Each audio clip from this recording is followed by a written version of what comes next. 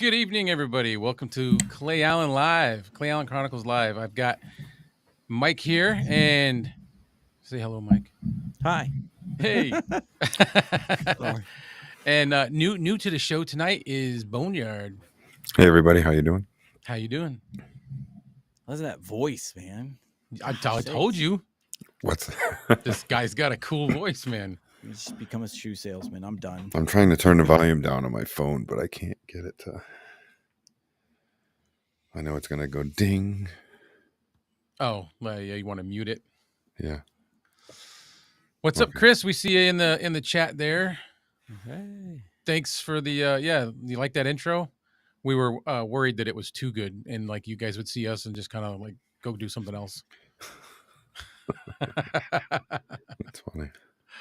Yeah, I said he made that video. I'm like, that's gonna be like, responses. Oh. And he's like, what do you mean? Oh, I mean, after seeing an intro like that, then go live to seeing us. They're like, oh, I was sitting here, hey, some kind of Very epic cinematic. podcast. Yeah, And then it's like, oh, it's these guys. These guys. Yeah. I made popcorn for this. Oh, that's awesome. Yeah. So yeah, good. Hey, good evening, Lori. How you doing? Oh yeah, I didn't even tell her hi. Or I didn't. Hi, It's honey. okay. I took care of it for you, Mike. Thank you. I left her in Salisbury because we were out shopping, like I told you earlier, and I was trying to get home and just get some fluids in me before going live. So, What you drinking? Coffee? coffee, Gatorade. Okay, at least there's a Gatorade. Water. Some electrolytes, man. Yes. You need some electrolytes. Yes. Technically, there's nothing in the fridge. It's all right here.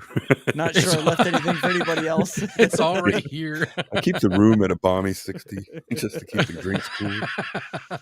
Keep the grease cool. Is that what you said? The drinks. That's awesome. I've got my milk. Yes, he's an avid milk drinker. I am. I'm addicted to I remember it was like what, 8 years ago, me and you went for a ride to do some night photography stuff, and we stopped at Cumberland Farms, and it was cool out, and I was getting a coffee, and he's over there with a coffee cup. I thought he was getting coffee like me, and when we get back in his Jeep, he's got this big large coffee cup and it's full of milk. He just went over to where the milk and cream is and just got milk. Well, Cumbies has real cold milk out of the dispenser like that. And for 99 cents, you get a big ass cup of milk versus $3 for that sip that they sell. So, yeah. I asked the girl at the counter, do you guys mind? They're like, nope. Okay. I get If upset. it I ask ships. for extra cream at Dunkin' Donuts all the time, and it's never enough. So I always go in there with my own mug with like some already in there, and then pour theirs into the. Yeah. Oh, you like pregame? Yeah. You go in the extra mott first. I'm just Yeah. getting creamer. Yeah. Just here for the creamer. The little lady. packets of creamer. Yeah. That's awesome. So what tonight's subject is about, it's not my subject. It's actually Boneyard's, and it's a very solid subject, and it's we're going to entitle it Existing. So that's the sentiment, and I'm going to actually put you on the spot and ask you to explain that a little bit. Oh, I just all right. So the sentiment that I experience, I deal with a lot with the public. I'm a service writer at a dealership, and you get into conversations with people that you work for. You know, they can bring their machine in or their vehicle in, and you have to fix it.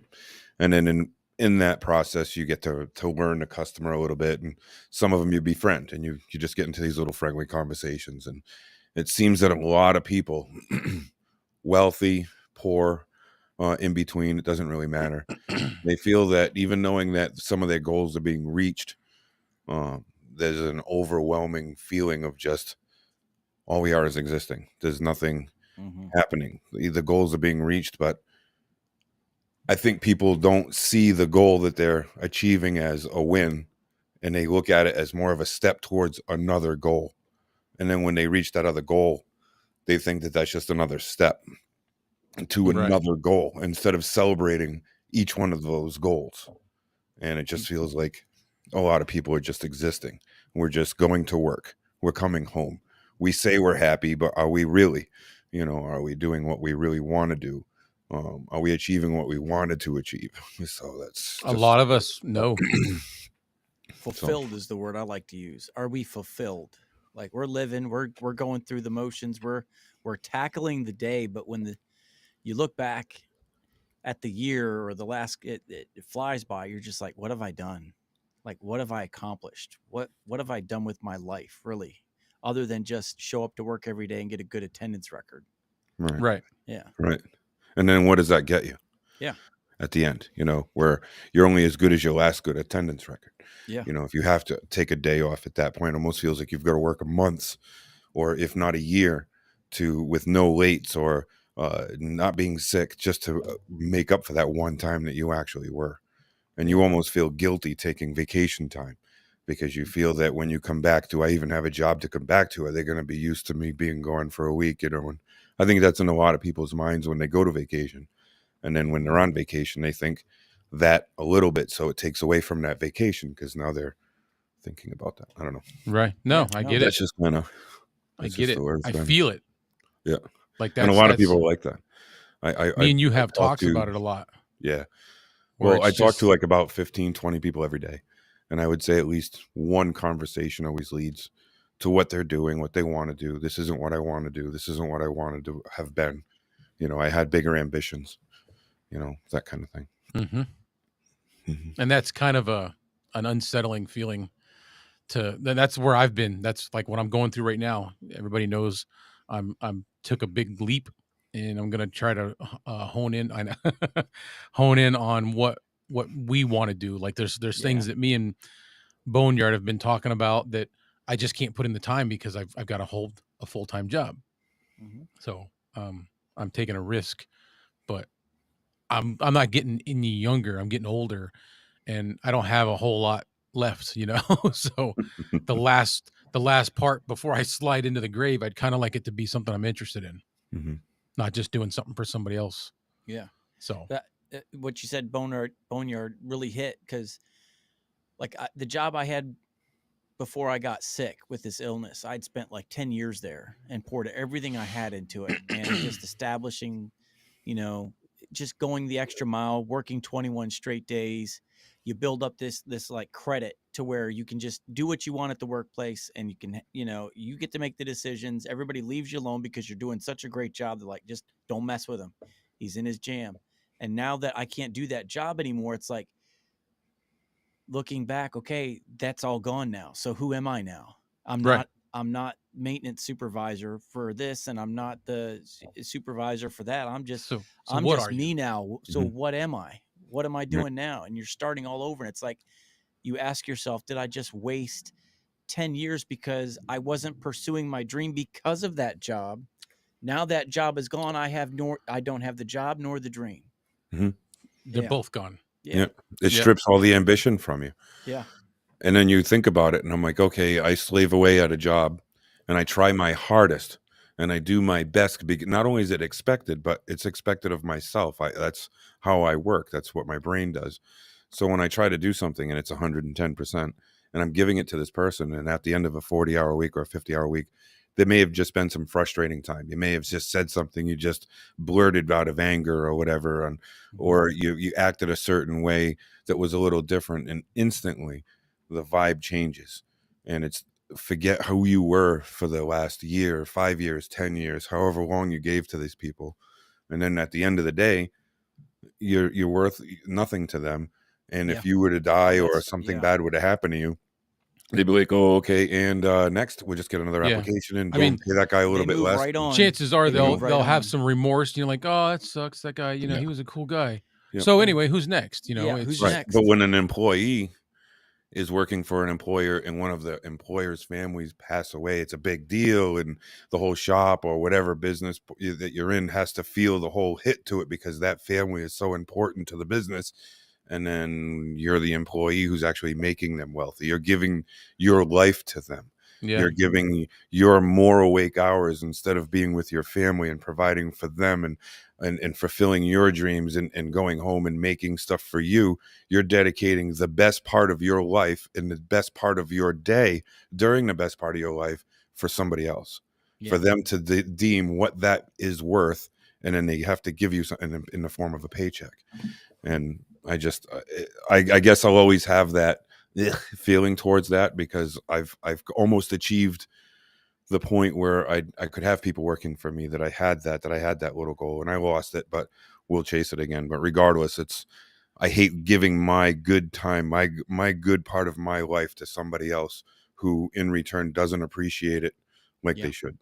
Yeah, you think you have relationships with people, but you realize looking back, once something happens to you, and you can no longer fulfill what they've been receiving. Like, they're Mhm. not producing anything in that relationship; they're consuming it.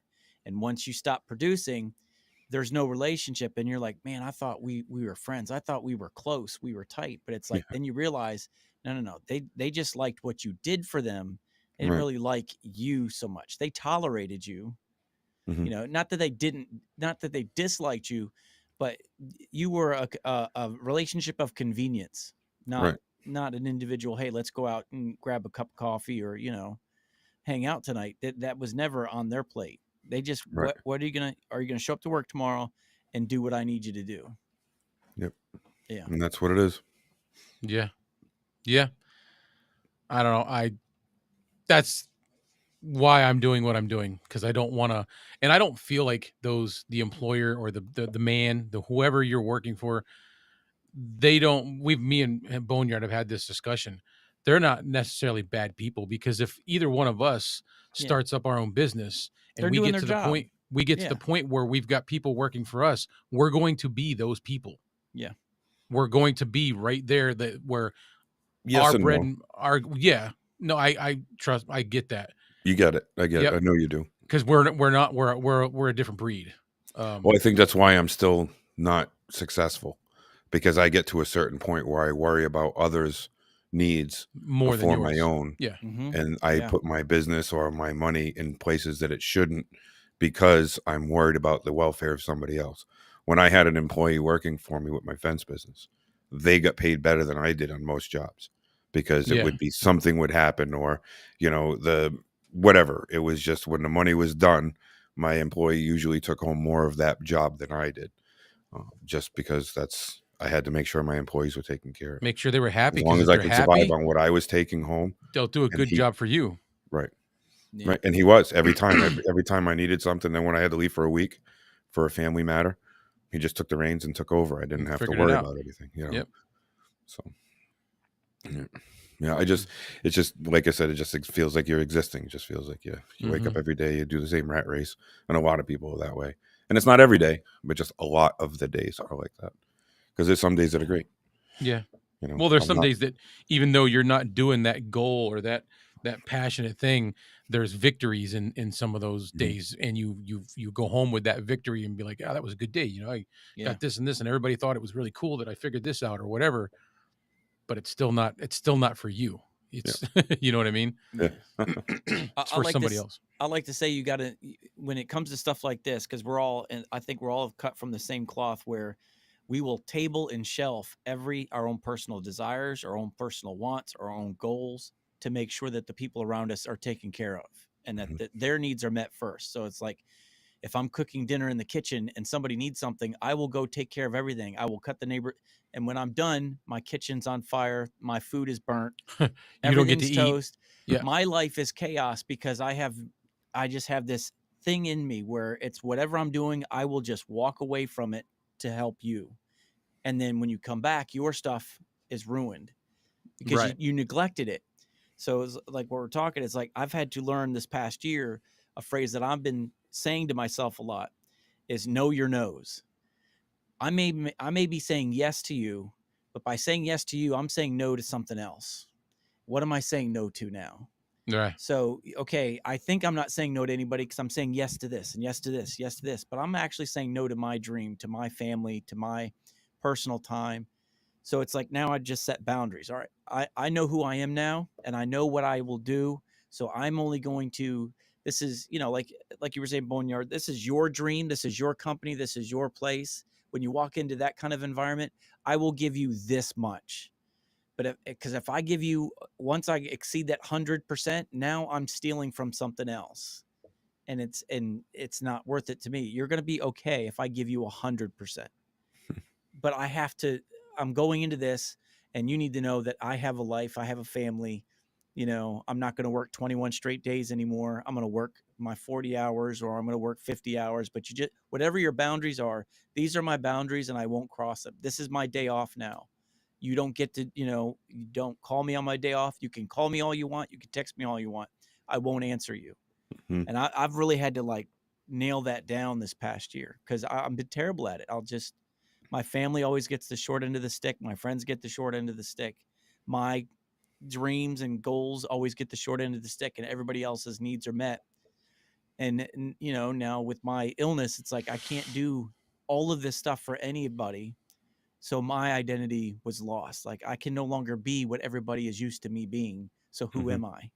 So I Well, had that Right. reflection of like, okay, I can no longer be Superman in the red cape to everybody. Cape is gone. Kryptonite, like, it's in the blood. Like, I Yeah. can't yeah. lift anything. I can't do anything. Well, that was So pretty deep. That was cool. yeah, it's like Know your nose. know your nose. So Yeah. it's like, all right, I have to start saying no to people, because by saying no to them, I'm saying yes to my family now. To something else. Where I was That's saying yes that's to them possibly and more no to my important. family and no to me. And Mhm. yeah. That's Definitely. kind of what I did going into the interview for the job that I have now.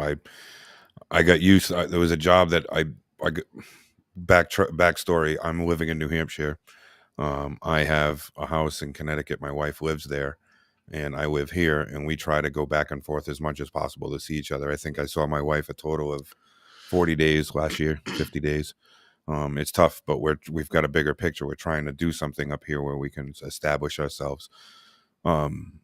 And I was working for a rental company as a guide.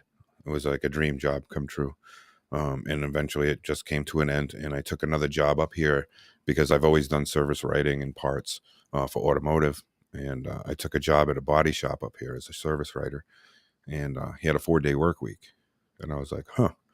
And it was Monday, Tuesday, Wednesday, Thursday. Having Friday, Saturday, Sunday off gave me the time to wake up Friday morning, and I could go down my vehicle or my bike, and I could shoot down to Connecticut and hang out with my wife for the weekend and come back Sunday night.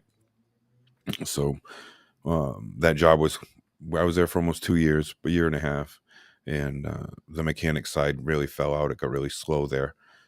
So before anything hit the fan, I'd found another position where I'm at now. And when they interviewed me, they were asking me, what I wanted to work. And I said, look, I've started a tow company up here, hauling ATVs and side by sides out of the woods. I'm trying to dedicate my time to me now. So my availability is, and I gave them these 4 days, Tuesday to Friday. Yeah. And Mom's is the company I work for, and they're not open on Sunday or Monday. So their work week is Tuesday to Saturday. And when I filled out the application, I actually put on the application no Saturdays with an exclamation point underlined, and then I signed it. So when he calls me up for the interview, he's like, well, our work week is Tuesday to Saturday. And I said, so why did you call me? Right. He says, what do you mean? And I said, I'm not trying to be a jerk here. I said, but I know what my worth is. I know what I want out of this. And I said, and I put it down pretty much in black and white. I said, do you have my application in front of you? And it was a phone interview. And he says, yeah. And I said, what's it say right underneath the availability? And he looks at it, he goes, oh, it says no Saturdays. And I'm like, yeah. And he goes, yeah, it's even got an exclamation point. I said, right. And I said, so if the job is in making I have to work on a Saturday, and on the application for the job I put I am not available for Saturdays, and you call me, I'm thinking you understood that I wouldn't be working those Saturdays. Yeah. But to call me and say that if I want the job, I have to work Saturdays, I don't want the job because I already put that I'm Right. not working Saturdays. Yeah. And making a long story short, they gave me the 4-day work week, and they absolutely love what I do there in those 4 days, and it actually works to everybody's benefit. But Yeah. now not having a Saturday and I have Monday off, I can leave Friday night after work, and I can actually be home Saturday all day, Sunday all day, and then leave on Monday. So it gives me more time with my family. So again, knowing your nose, I was not working You another called it Saturday. out. Yeah, you called it out. Told And them you from can't fault them because from they're the going to take start. what they can get. Yeah. We'll try to take what we can get, but And there's you other lay it out in the employees that get beginning. mad. They're like, "Oh, well, he's got 4 days. I want 4 days." It's like, whoa. I negotiated my job at the time of my Right. interview. Yep. You had the same possibilities in front of you, Opportunity. opportunity. You know, you could have Yeah. easily jumped on it. And yeah, so the haters will always hate. Yeah. But it's cool that they started off trying to right away talk you into it, and then when you laid it out like that, they still hired you. Well, it's, you know what, I was at a position where I had another job, so I didn't have anything to lose. I really wanted to work for this company because it's in the atmosphere of where I want to be with the ATVs and side by sides. Right. With that being said, I also know that at my age, I know what I want for my hourly rate. I don't want somebody to say, well, we'll hire you at a lesser rate, and if you prove to me that you're good, we'll give you more money. No, I'm coming to the table with over 25 years worth of experience, and you're going to pay me this. If you want to pay me a kid's wage, that's fine. I'll call out every other day. I'll come in late. Yeah. I'll leave early. Yeah. You know, Get what you pay I'll look for. up wrong parts. I won't get stuff. Yeah. You know, I won't make an order if that's what you want. But I said, what you're looking for is what I'm going to give you. But unfortunately, it will cost you more than what it's going to be a kid off the street. And I said it to, and I was like, my heart was pounding. I was kind of like almost sweating because I'm like, am I blowing a really good job here? You know, I don't want to lose this opportunity either. And I said, but I've had other interviews. I've had other jobs. If this didn't work out, I would just go get another job. It wouldn't be the last thing in my world. What's the phrase? You were looking for this one, or you found this one, or whatever. You know what I'm talking about. Yeah. I was looking for a job when I found this one. That's right. Yeah, exactly. And Yeah. I'll be looking for one when I leave it, you know, and it's tell them incorporate the little story that you told me about firing your employer. Oh yeah, well, I gotta hear the this. problem is if they don't see, the way I look at it is my house is my business, and that's the company I run, and I'm the CEO of that business. And when my employee, being my employer, which is my income, I just have to fire them if it doesn't work out. So I'll walk in and say, look, I've given it multiple chances and it just doesn't seem like it's going to work. It's just not a good meld. So I'm just letting you go. And my boss is like, are you firing me? And I'm like, yeah. It's not working out, you know? And I know that if I would have tried and make it work out, things just wouldn't be right. And it would just be so I think it's just best if we just separate our ways right now. And I'm just going to let you go. So there's no need to give any 2 weeks because I'm sure we'll figure things out. And he's like, so you're not even giving me 2 weeks? I'm like, no, I don't think it would be appropriate, you know, in case if I were to tell you and then you accidentally hurt yourself or something, it just wouldn't work out. And it's just kind of like, look at me like, this is great. I've had a couple of them like, this is the best way anybody's ever quit before. Thank you. I appreciate that. I think that's awesome. Yeah, that's great. I fired the last 4. I'll fire this one if he keeps it up.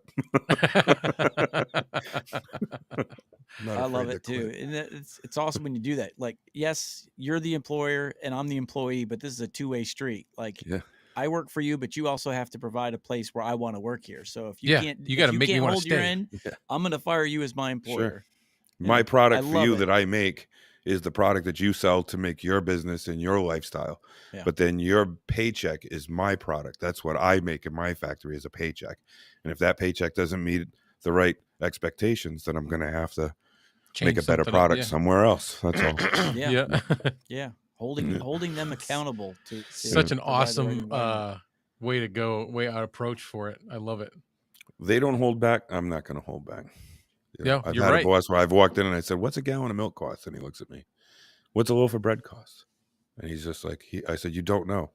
And I said, because you mock me because I have a little bit of money because you don't pay me much. But I said, when you go home, your food's made for you. When was the last time you went to a supermarket? When was the last time that you had to make your own supper? I said, you go home and it's all laid out for you. I said, your problems when you leave here is what clothes you're going to wear tomorrow. My problems are when I go home, what are we going to have for dinner? What can I afford for dinner? Did somebody get it? Is it going to be at home? Do I even have the electric bill that paid the electric to have this on? Because I make minimal amount of money from you and you go home and your biggest complaint is nothing. There is nothing to complain about. And I worked for a Ford dealership and the owner was very, very out of touch with reality. He was willing to hire people at $10 an hour in 2020. I mean, that's just my boss when I was working in the parts department in Putnam. I know. I already knew where you were talking about. That's why I said in New England. Yeah. Wow. And yes, in New England. And Yeah, when I was working there, my boss was making $13 an hour. I was making 15. And I looked at my boss and I'm like, you have 20 years experience here. He's like, yeah. He goes, I make a pretty good bonus. And I'm like, but what happens when you don't make a bonus? He goes, and it sucks. And I'm like, you've been here for 20 years and you're making $11 an hour. I just, that was a stepping stone for me. I got there. I needed it for a paycheck for a while and off I went. That place was going as fast as I got it. Yeah. I've been a job whore. I've had quite a few. I don't think I'm really just happy working for somebody. That's what the point is. I've had my own companies. I'm not a good businessman. That's my problem. I'm a very, very poor businessman. I mishandle money. I'm not good with it. I don't hang on to it for those rainy days. I buy stuff too much, too fast. I know how to work. I'm a good worker. I can do a skilled job really well. I just can't handle the money part of it. That's my problem. Not successful as a businessman. You got to be treated right, Yeah. or you'll leave. Yeah. Well, it's just you got to have those instincts. You got to know what you're doing with your money. You have to understand taxes. You have to understand people and banking and all that. I don't. I know. Stick the shovel in the ground, make a hole. You know, that kind of stuff. I know how to dig. I know how to work. There's people that can create a mission, and then there's people who carry out the mission. Like you can design the mission, I'll carry it out. I'm enlisted. Yeah. Yep. I wasn't an officer. I was enlisted. Yeah. That's all I got to say about that. You give me the mission, man. You tell me what I got to do, and we'll get it through. Just give me a list. Give me my list. Yeah. That's how I. That's the doers. Yeah. Give me a list. I'll bang it out. Just tell me what the list is. Where did I go wrong? It's like we all had that opportunity. Yeah. When I was in kindergarten looking at little Timmy, going, Timmy, someday you're going to be my boss. You're going to be better than me when it comes to money. But I can outwork you. I can always outwork you. Timmy, you suck. Timmy, I need you to pay attention Timmy, to you're this math fired. stuff right now because I'm going to need a job here, man. You're going to need someone like me to carry it out, and I need you to make sure that the taxes are paid, man. Yeah, exactly. Yeah, I'm kind of in the same shoes. Me and Boneyard, we wear the similar shoes. We're just because that's the life that we got spilt into right off the bat. Is the doing the worker. Yeah, that was me. Do you think it's by design? Like you see a lot of families, and you'll see a dad is a worker, the kid is a worker, their kids are workers. You know, very very few. Sometimes you see like where somebody's a worker, and all of a sudden you get that like little weird egg that made it to college and became really really successful. But you always wonder, do they keep a class or not? But do classes stay low because it's almost my kids? They're not college bound. They were never going to be. They're workers. My son's a mechanic. My daughter, she's a phenomenal photographer, but she's a worker. Although she does have a lot more of her mother's traits. So yeah, I think it is. I think it is. I think about my dad. He worked 2 jobs all the time. He was a workaholic. I'm a workaholic. You get the dreamers every now and then, but for the most part, it's just it's learned behavior. I seen dad survived. Dad had a house. Dad had food on the table. I had clothes on my back. Yeah. Now I'm a dad. I got a roof, but I'm still working. But there's food on the table. Kids got clothes. I just want that generation gap where it ends. I was close, Clay, last week. Yes. I was this close. But that's another thing that, and I don't want to air too much, but I feel like that happens with you a lot. Oh, it sucks. It sucks so bad. An emotional roller coaster. I'm looking at a large chunk of property, and I want to open up. My goal is to open up a campground someday, and not a campground where people just sleep on the ground or anything. Seasonal campers, something that people pay me once a year, every year to come back, get like 20, 30 of them on a campground somewhere, and then go ride the bike for the rest of the summer. That's kind of residual income. Pay somebody to take care of the property, and off you go. My wife wants to have a homestead, start growing more food than we buy. Yeah. Start canning food, start living a lot healthier. And it's amazing how money makes people either healthy and not even to live a good life, just a healthy life where you can afford those foods, you can afford all those little things and the better medical. We have a boss where his wife had a massive stroke, and I mean, she's doing great and all that, but my mother-in-law had the same stroke and she's dead now. And same thing, but completely different class of money. One's dead, one's actually almost fully recovered, and it was exactly the same thing. So just it sucks when you see that, Yeah, that's always been a thing. Like we've always known that like some things can go away if you have Yeah. money. I just want to be more self-sustainable. I just, Um, get away from that. That's I all. want to I take a want to quick be that second. guy. Yeah. I'm going to interrupt you. I just want to say hi to a couple people in the chat. We haven't said nothing to nobody. Hi, Miss Sorry. K. Hi, Mrs. K. I wanted to Oh yeah, say this is a thank you live stream, ain't it? for Yeah, joining that's us. right. How you doing, Steve-O? Steve-O. Yeah, Steve-O. I did say hi to Chris, and now Chad is in there. What's up, Chad? How you doing? Sorry, I didn't mean to interrupt. I just want to make you're sure good. Yeah, I no, that's fine. And I'll tell every you, now and then address who's people. in that group of people, only because I know him personally, is Steve. Once you get him in a good conversation, he could definitely throw into this as well. He's lived some really shit times in his life, and I've seen he's like a very he's one of those people that you look to and go, man, he has survived through some serious crap, and he still turned out to be one heck of a person. Right? How'd you do it? Yeah. Yeah, exactly. Yeah. Yeah. If he could write a book on how to do it, he'd be a millionaire. That'd be sure. But Steve-O, just a shout out to you, bud. Yeah, it's amazing what you can do when you have to fight for every meal every week. Oh, but sometimes don't you just get sick of it though? Yeah. When you of get course. sick of fighting for it, I mean, every now and then, Yeah. don't you just want that little break where you wake up and I want to go to bed tonight and not be worried about tomorrow? Yeah. It doesn't happen every night, but a lot of nights. My wife and I had that moment where a couple of years ago we just sat down and it's like, all right, we just got to start making a decision at where we are in our life. Are we going to continue to work jobs to keep getting the stuff to keep up with the Joneses, or do we just go get a job that allows us to have the life that we have? The one that you want. Yeah, That's okay. what you Make the lifestyle, go get the job and make the lifestyle fit the job instead of getting the job to fit the lifestyle. And it's because like then it's always going to be mindset changes. Yeah, the lifestyle is always going to be the job. So instead of having, like, we moved out of a brand new townhome, it was only a couple of years old, and we moved into this house. It's a 100-year-old house, but you know what? The rent was like half of what we used to pay. Like we just went to a smaller, more simple lifestyle, getting rid of the big car payments. And now I drive, I've always been this guy. I've always driven the car that's paid for with 200,000 miles on it and fix it myself. Then the $500 car payment. Yeah. Now my wife is in that same thing now. It's like, okay, so now that we've reduced all these bills, we're enjoying life a little more because we're not stressing about how do we pay the bills this month. So we had to change our lifestyle. So yeah, so my son was like, my son's 21 and he's trying to plan his life now because he's, getting ready to hopefully propose to this girl he's been with for 5 years already. And she's like a daughter to me already. I'm like, dude, you better get on that train, man. Don't lose this one. I like her. I like her more than you. The only reason you're still here is because she might be part of the family someday. So you're trying to keep him around for that. The only reason I'm keeping you in here is because she might come with the package, and she's an awesome lady over there, all right?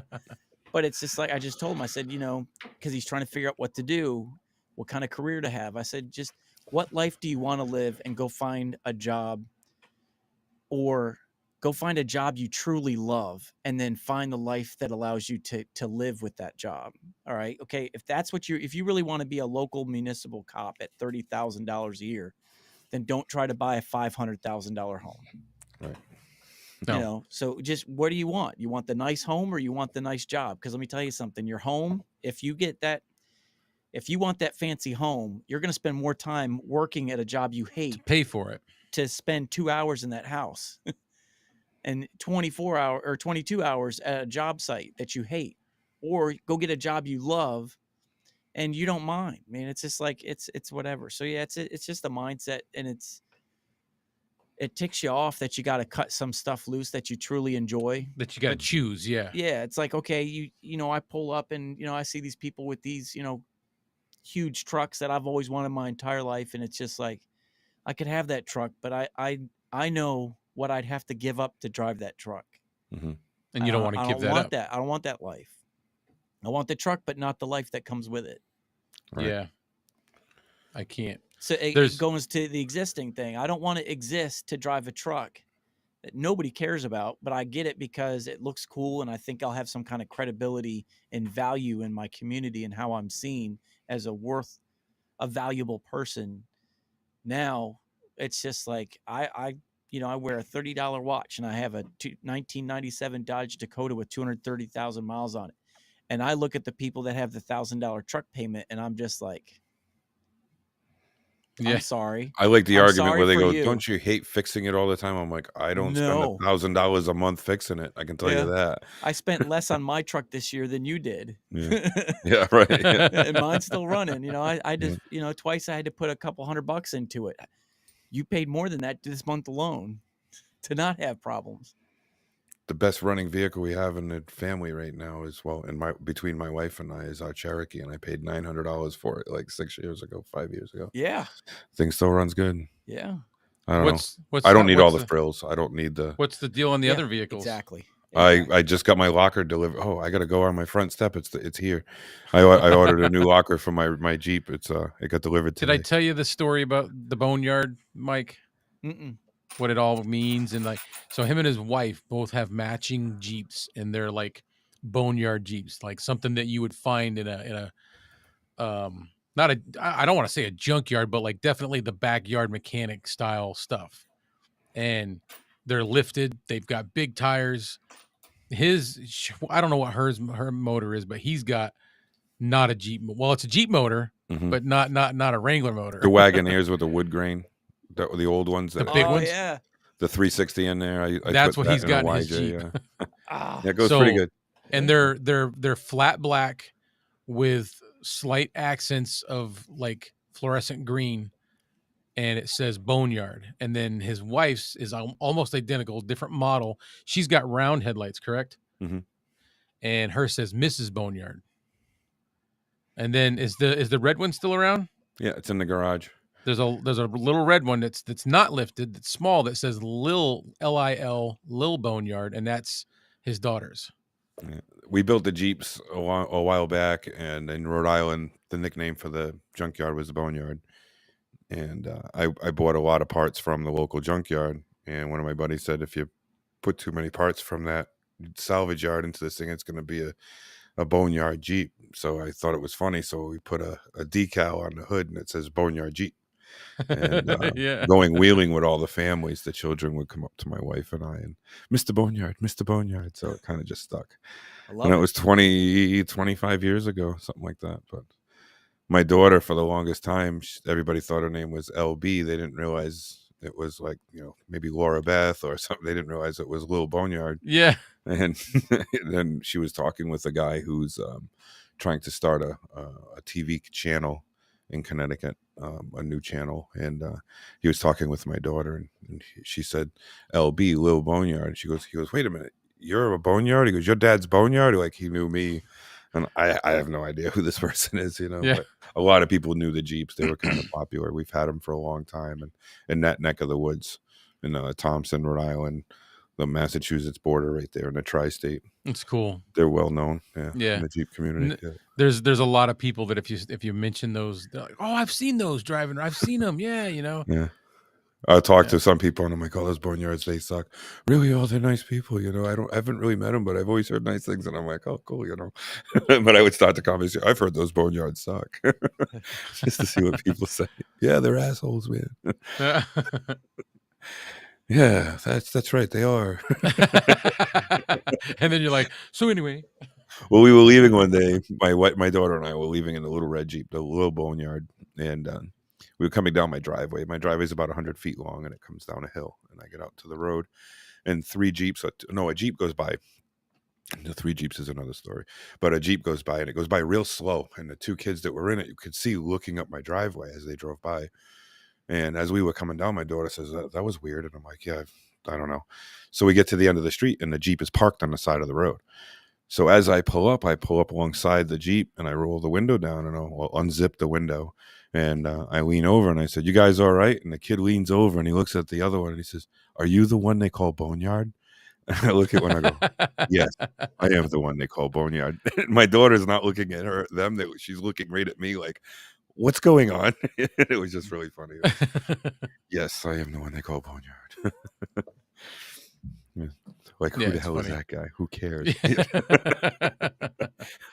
It's just neat. It's a thing here locally, it's just kind of cool. Yeah.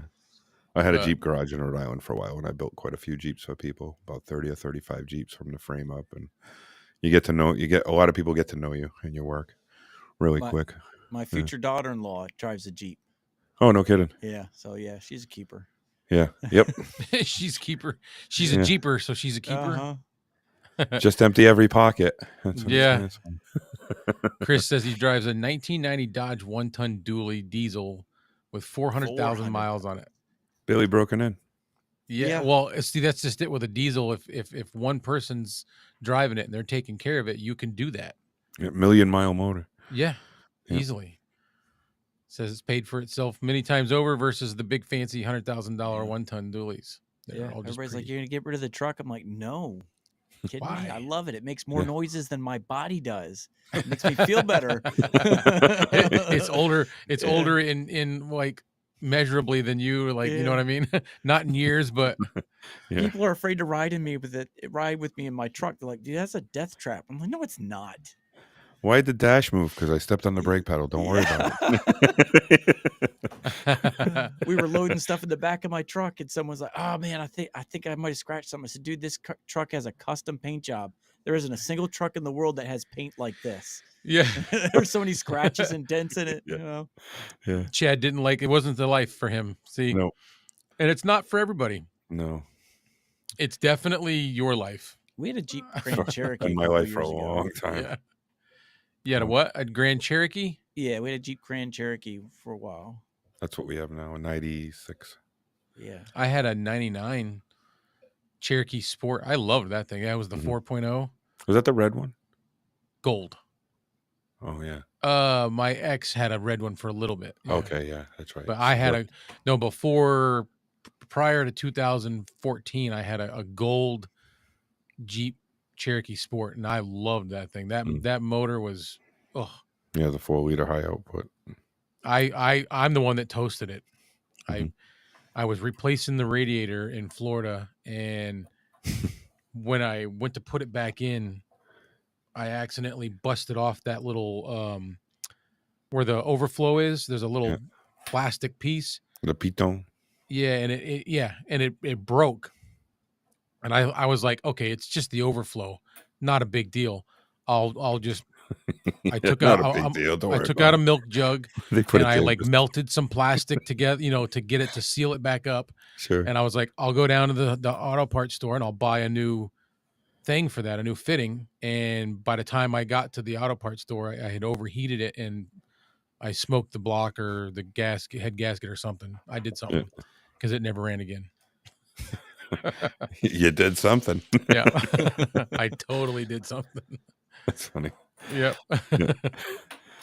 What'd you do? I hated it too because that thing there was nothing can kill it except for Clay Allen. Clay, yeah. Like I've seen videos where people beat the snots out of those things. The radio's been out for 3 weeks and they're hitting trees with it. Yeah. You have it for a week and you break the titone off the freaking radiator. So, you blow the head. Actually, I had it for a long time. I had it for, I don't know, probably 8 years, but Chris is right on.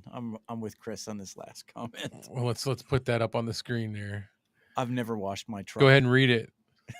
My truck only gets washed when it rains and it rides like an old horse-drawn buckboard on a, what is that, rutted roads? On our rutted roads. Until I put a couple thousand pounds in the bed and then it's great. My truck, I bought it. I wrecked my Dodge Ram, that had 180,000 miles on it. Got a Dodge Dakota 4 or 5 years ago. I've never washed it. Never washed it. No. I'm terrible. See, I can't do that, man. I gotta have it's gotta look pretty. I gotta wash it. Yeah, it's clean on the inside. Yeah, right. Yeah. I'll wash my stuff and go down the road and there's a puddle. Yeah. And you're like, woo. That's my thing, man. I get so frustrated. You spend $15 to take it through a car wash, and then all of a sudden you hit a pothole and there's mud on the side, or you're going down the road the other day and they're like retarring the road. And you get all, I was like, I'm over it. Not washing it again. Forget it. Miss K's got the inside. The 5.7 in a Jeep. I've never had one of those. Oh, it's got a Hemi.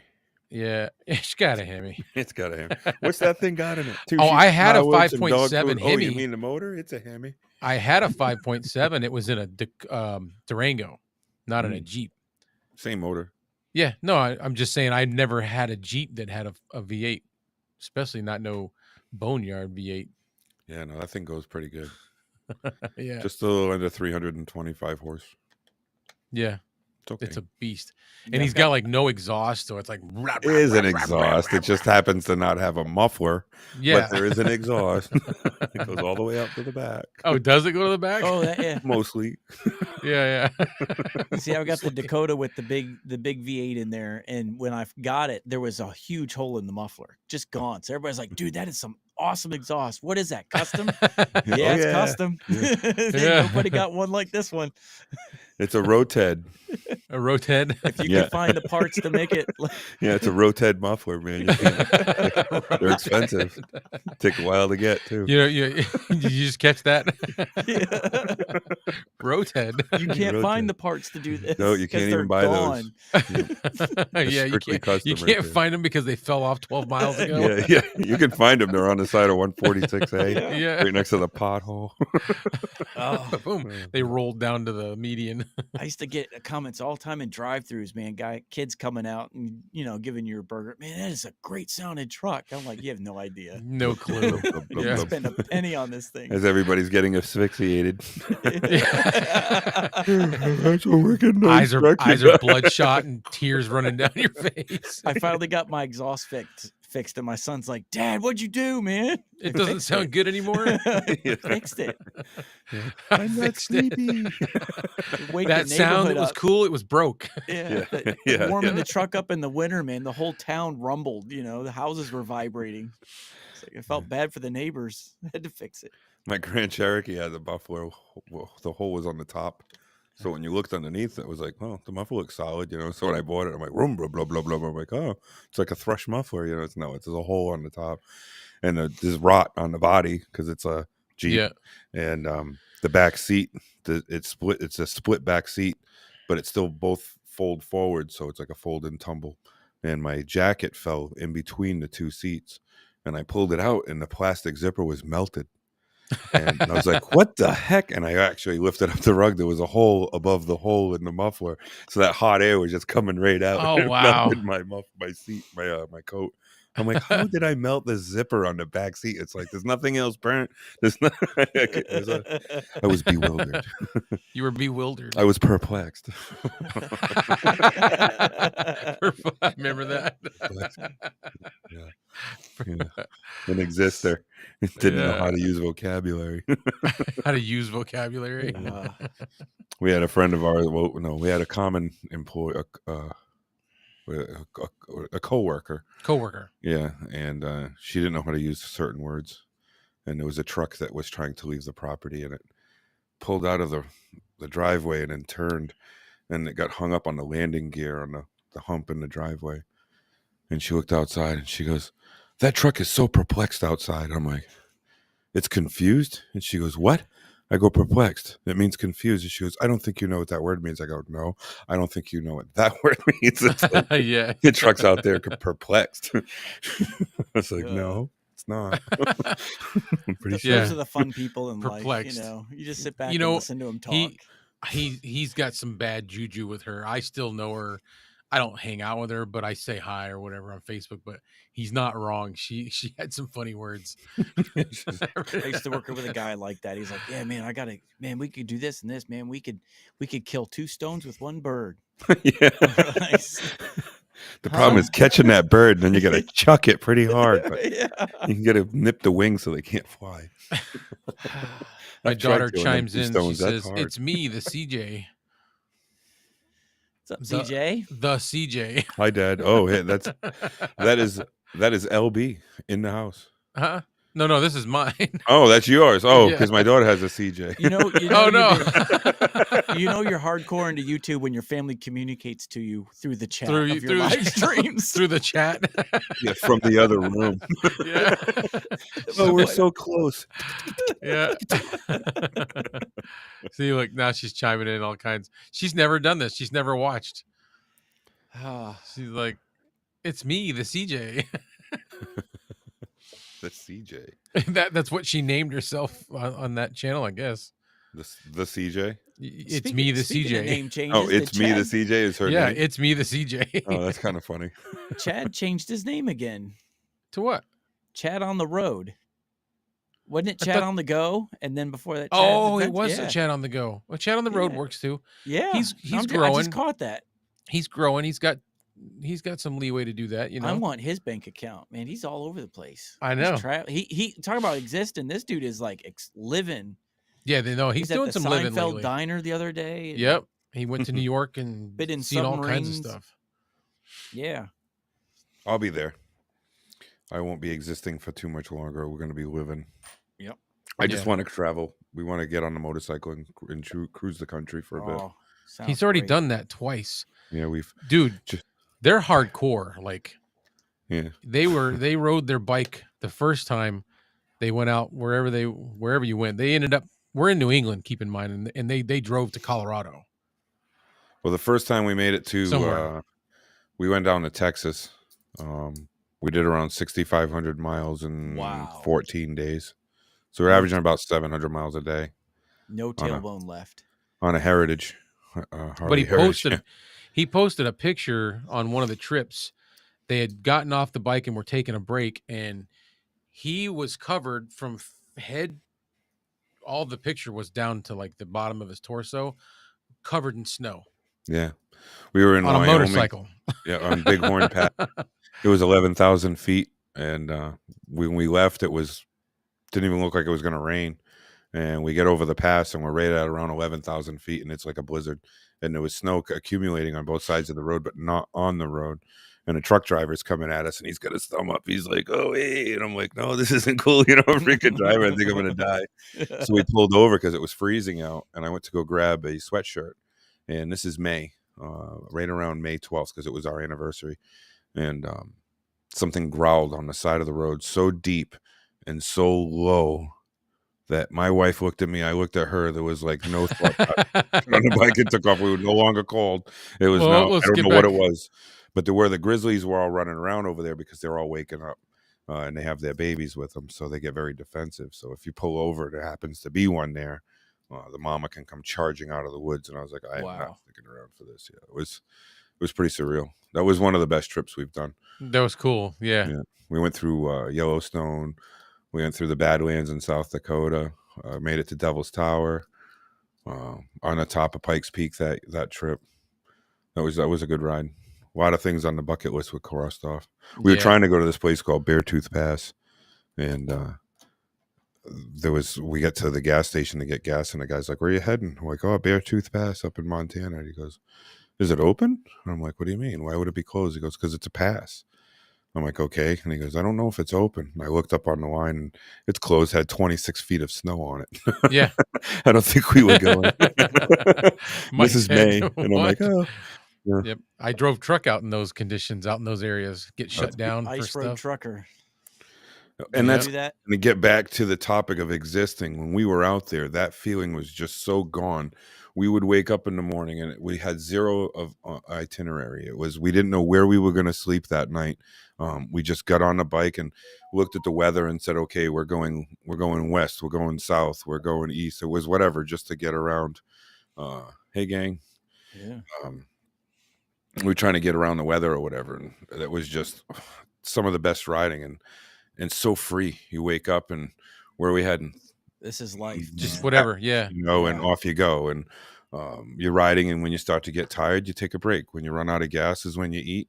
You get about 175 miles to a tank. So we were stopping like every 2-3 hours anyway to eat and get gas. So, and then what's down this road? And all of a sudden we were heading to one place, and we'd see this road that looked like we needed to take it. So we turn around and we take it, and we get to the very end, and it was 50 miles out of our way, but we have to turn around and come back because I want to see that road now going in the other direction. It was just that kind of stuff. We probably did that 6,400 miles, but I'll bet you about 1,000 of it was repeating the same roads. To get around stuff. Well, no, just that we wanted to go down this Different road, see what's there, yeah. come back to see it the other way, but now we needed to go back that other way, so we go back the third time. So I was trying to click on a comment, and then another comment came in. I ended up clicking on a different one. We got some Joes in here, man. Yeah. Red Cabin Acoustic. Know your Joe. Yeah. I grew it myself. Or Know Your Joe's a bill. I grew it myself. Yeah, we know your Joe. We know a few Joes. Joe from Joe Piscopo.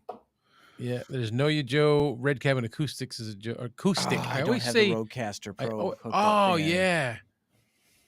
Can I do it? Well, I could, but I'd have to like really dig. What's that? Let me look. Let me see if I can find it. Layers. Why does it He say did a marketplace tag for us, like an intro with his voice. Yeah. Well, I don't have yours. I got mine Mine's somewhere. for mine podcast, not yours, so it wouldn't fit. It wouldn't fit. I don't know how to look for it because it says ad from marketplace. Why does it say that? Because you're in the dynamic scene on the top. Oh, It's when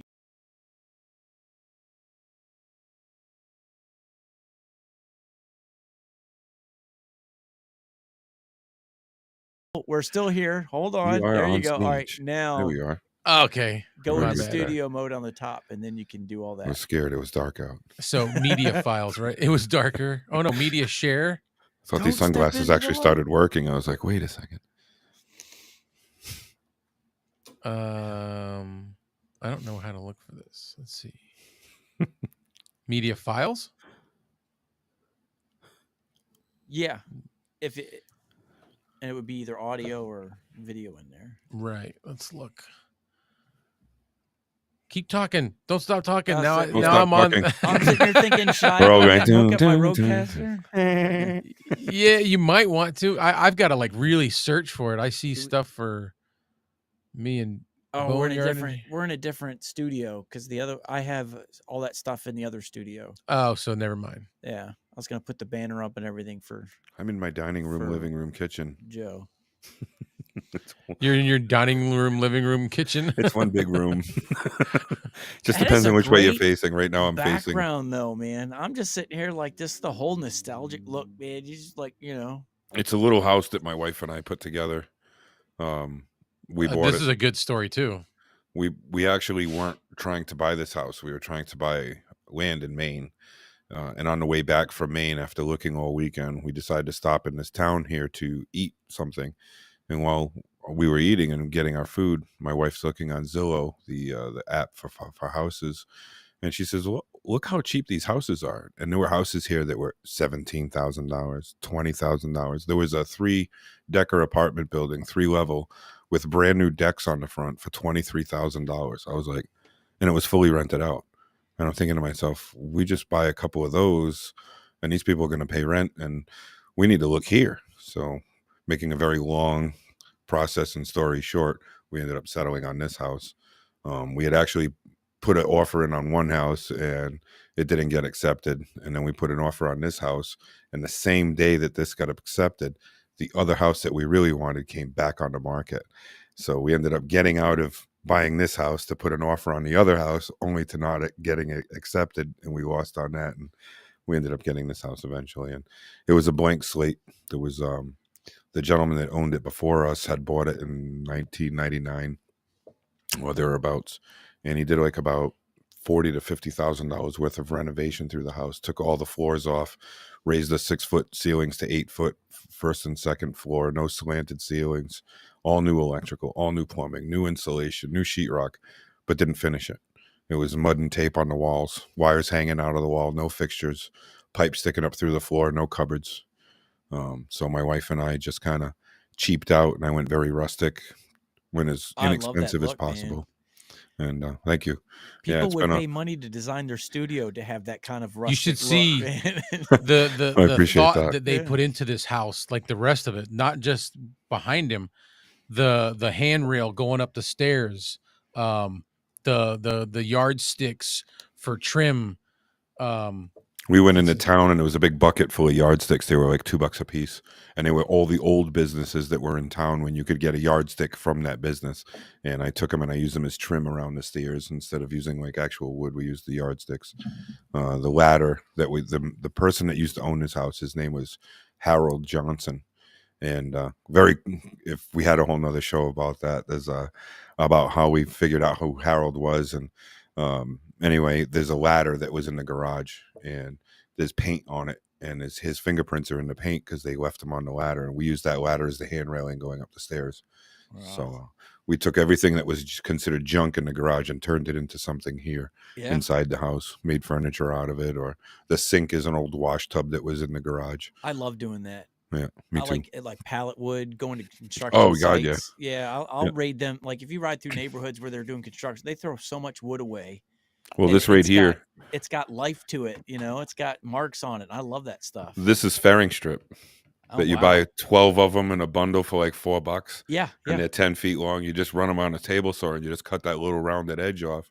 Yeah, and you've got trim wood for dirt cheap. You know. Yeah, that's what we used. Whatever we could get cheap. I didn't have a big budget when we bought the house. It was right around 32,000, 33,000, and I only had about another 20 to make it livable. And there was nothing here. There wasn't even a toilet.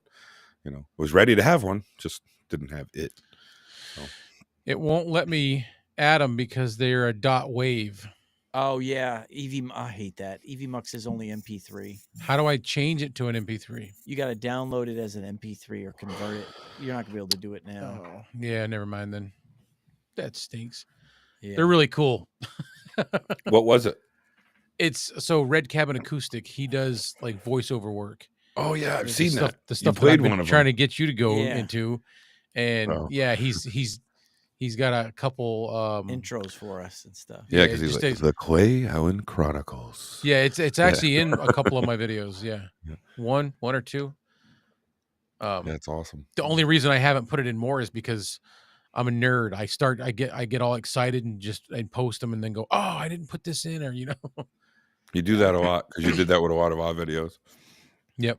But like even your light over your right shoulder, or I can't tell. Yeah, that side. I mean, it's like you couldn't have placed that in a better spot. Like this is all just like dude, that's just like over the kitchen sink, isn't it?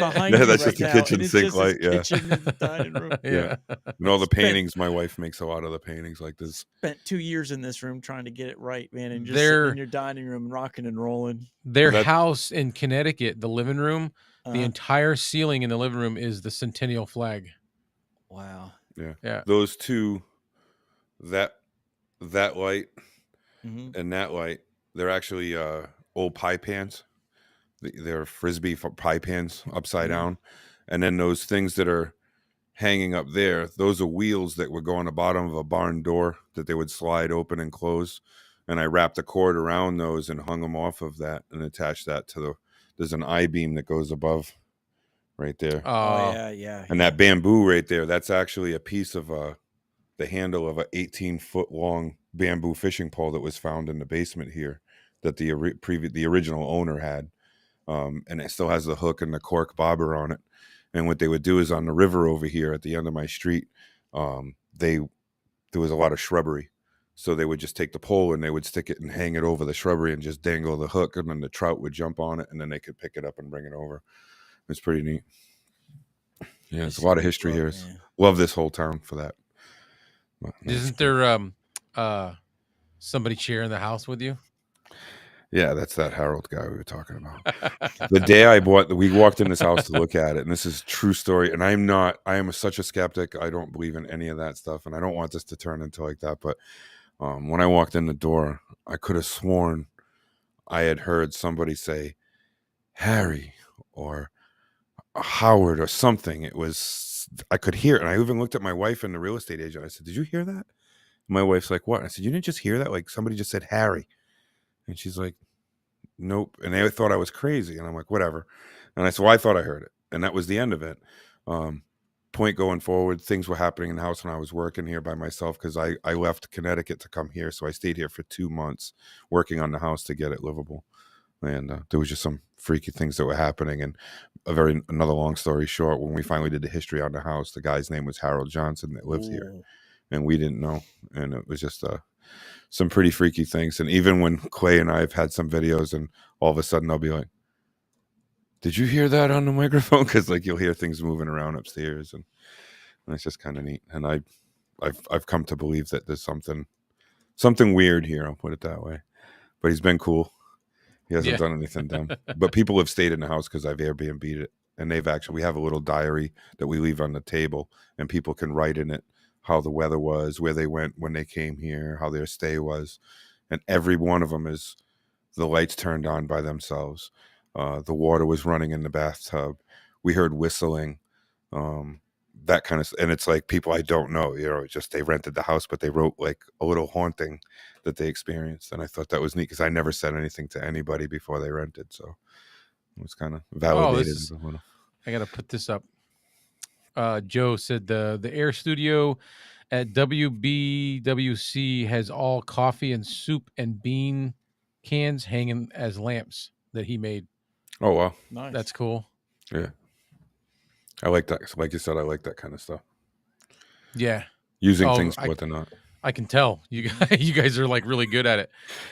Both houses, when you go to one of their houses, there's like decorations that you wouldn't think of, like old farm tools and stuff just sitting in the corner. It's my wife. I cans. take zero credit for it. I'll take her to the places where she finds the treasures. Good, but she's just really good. The curtains in the house he's in right now are like old.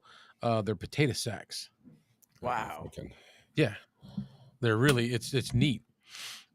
He's got a lamp that's like built into the wall, and see, those are potato sacks. Wow. He's got a lamp that's built into the wall that's like piping. That's an old mantle that I took out of a house in Thompson, Connecticut, doing a plumbing job. And then there's a window. There's a window that was in the garage over here. It used to be one of the basement windows, and we hung it in it. But nice. It's kind of hard to see because it's dark, but there's that big pole. The lamp is really neat. It's right over that way, but it's cool. Just neat stuff like that. Yeah.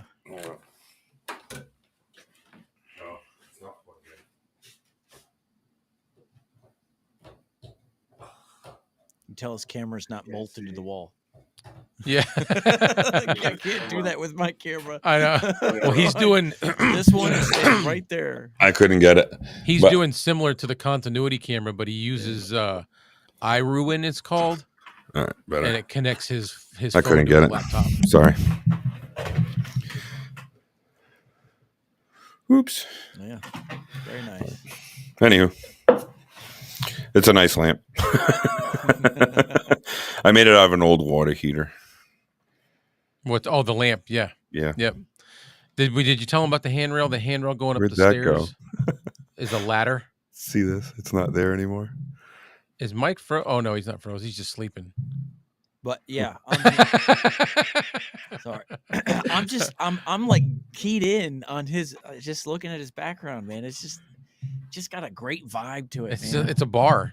Yeah, it's a roadside bar, like a biker's roadside bar and grill with history. I would take that. That's such a compliment. I will take that all day. I'm in awe of it, man. Honestly, I'm kind of upset with myself right now. Upset with yourself? Like, like my wall in studio is like I built pallet walls out of just trash piles and that's awesome though, because you're not in a room. No, this used to be in my attic, so it was a regular old-fashioned attic, nothing up here, and I furnished it out, and the wood and all this other stuff was just pallet wood. My desk is built out of pallet wood. Everything in here is built out of just scrap wood, trash wood. I refuse to go to a lumber yard and pay for the good stuff. I always try to find the old stuff that's got marks and saw marks in it, and that's the wood I want. That's good stuff. Like that's what I'm trying to get to with this handrail going up the stairway there. Did you describe that already when I was doing something? No. Yeah, it's a ladder. It's a ladder that was owned by that Harold guy, and there was handprints of paint in it that he just left in there. Yeah, so his fingerprints is like the perfect fingerprint of his hand, his palm, and everything. Yeah, and they left it on there and just made it a hand. And it was the last color that the house was painted, which was white. Tells a story. Tells a story. I love it. So cool. Yeah. The hinges that you use to put the headboard on the wall. Oh yeah. Well, you were here when I was building the headboard. Wrought iron hinges. It was all my scrap pieces of wood. I needed a headboard, and I wasn't going to buy one. And after building the house, I had just a bunch of scrap. And I said, I'm just going to use these pieces. And we were down in my basement, and I had a nail gun and a saw and about 20 minutes worth of imagination. I actually made a really cool video while we were down there. That's right, you did. Remember? Yeah. I was did a bunch of slow-mo shots of him with the saw going back and forth and sawdust kicking up. It was I forgot all about that. Yeah. I don't know where I would even look to find it now. But the house is black on the outside, and it's got a red door. And the house was built in 1923. It was just a nice little house. And I was just so surprised that somebody actually put all that time and money into it and then left it. Yeah. And it had a boiler, a brand new furnace in the basement, a propane boiler, but it wasn't hooked up. It was still in the box. It was that much of a shell. And I did all the work myself. It was, again, how I said I was a job whore. And in my existence, again, going back to the topic, at least what I can say that maybe that was a lot meant to be for me to be here because of all the trades that I've learned with all those plumbing, electrical, carpentry. So when I got here, there was very little bit. The only one part that I had to do with a contractor was the electrical, because I was planning on renting it out.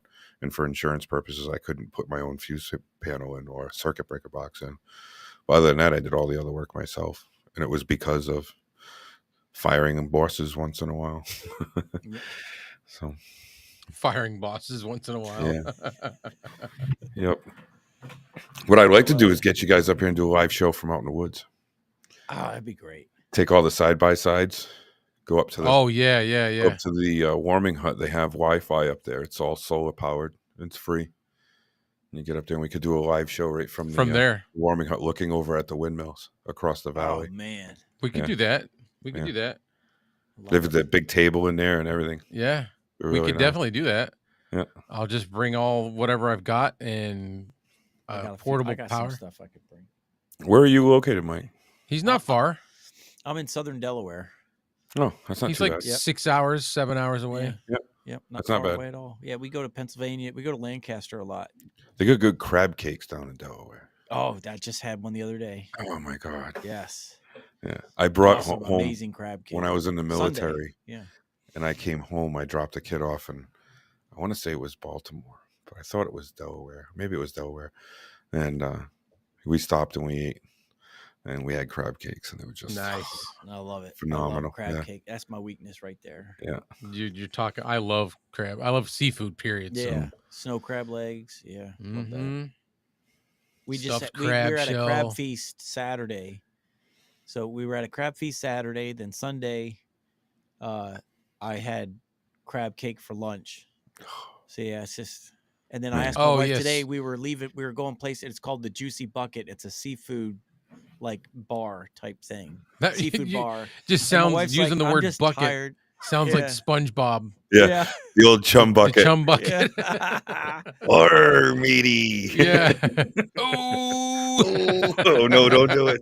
I know. Stop him. Stop him. I can do that whole thing and it sounds Oh yes, good. you can. My But it wife's like, sounds so I'm just, real, I'm it's like- seafood I out. does. Man. I actually. I'm jealous. Kevin had a Dr. Pepper shake today. It was delish. I want to Dr. try Pepper that. Shake. A Dr. Pepper milkshake. Where was that? He lives in Texas, so he got it from Whataburger. Oh, Whataburger's awesome. Yeah. That would be That's so one cool. thing about going across the country is you get to experience all those different chains. Mm-hmm. But then what sucks is you find a really good one, and you know you're never going to get it again Yep. unless you go back. Yes. Yeah. Right.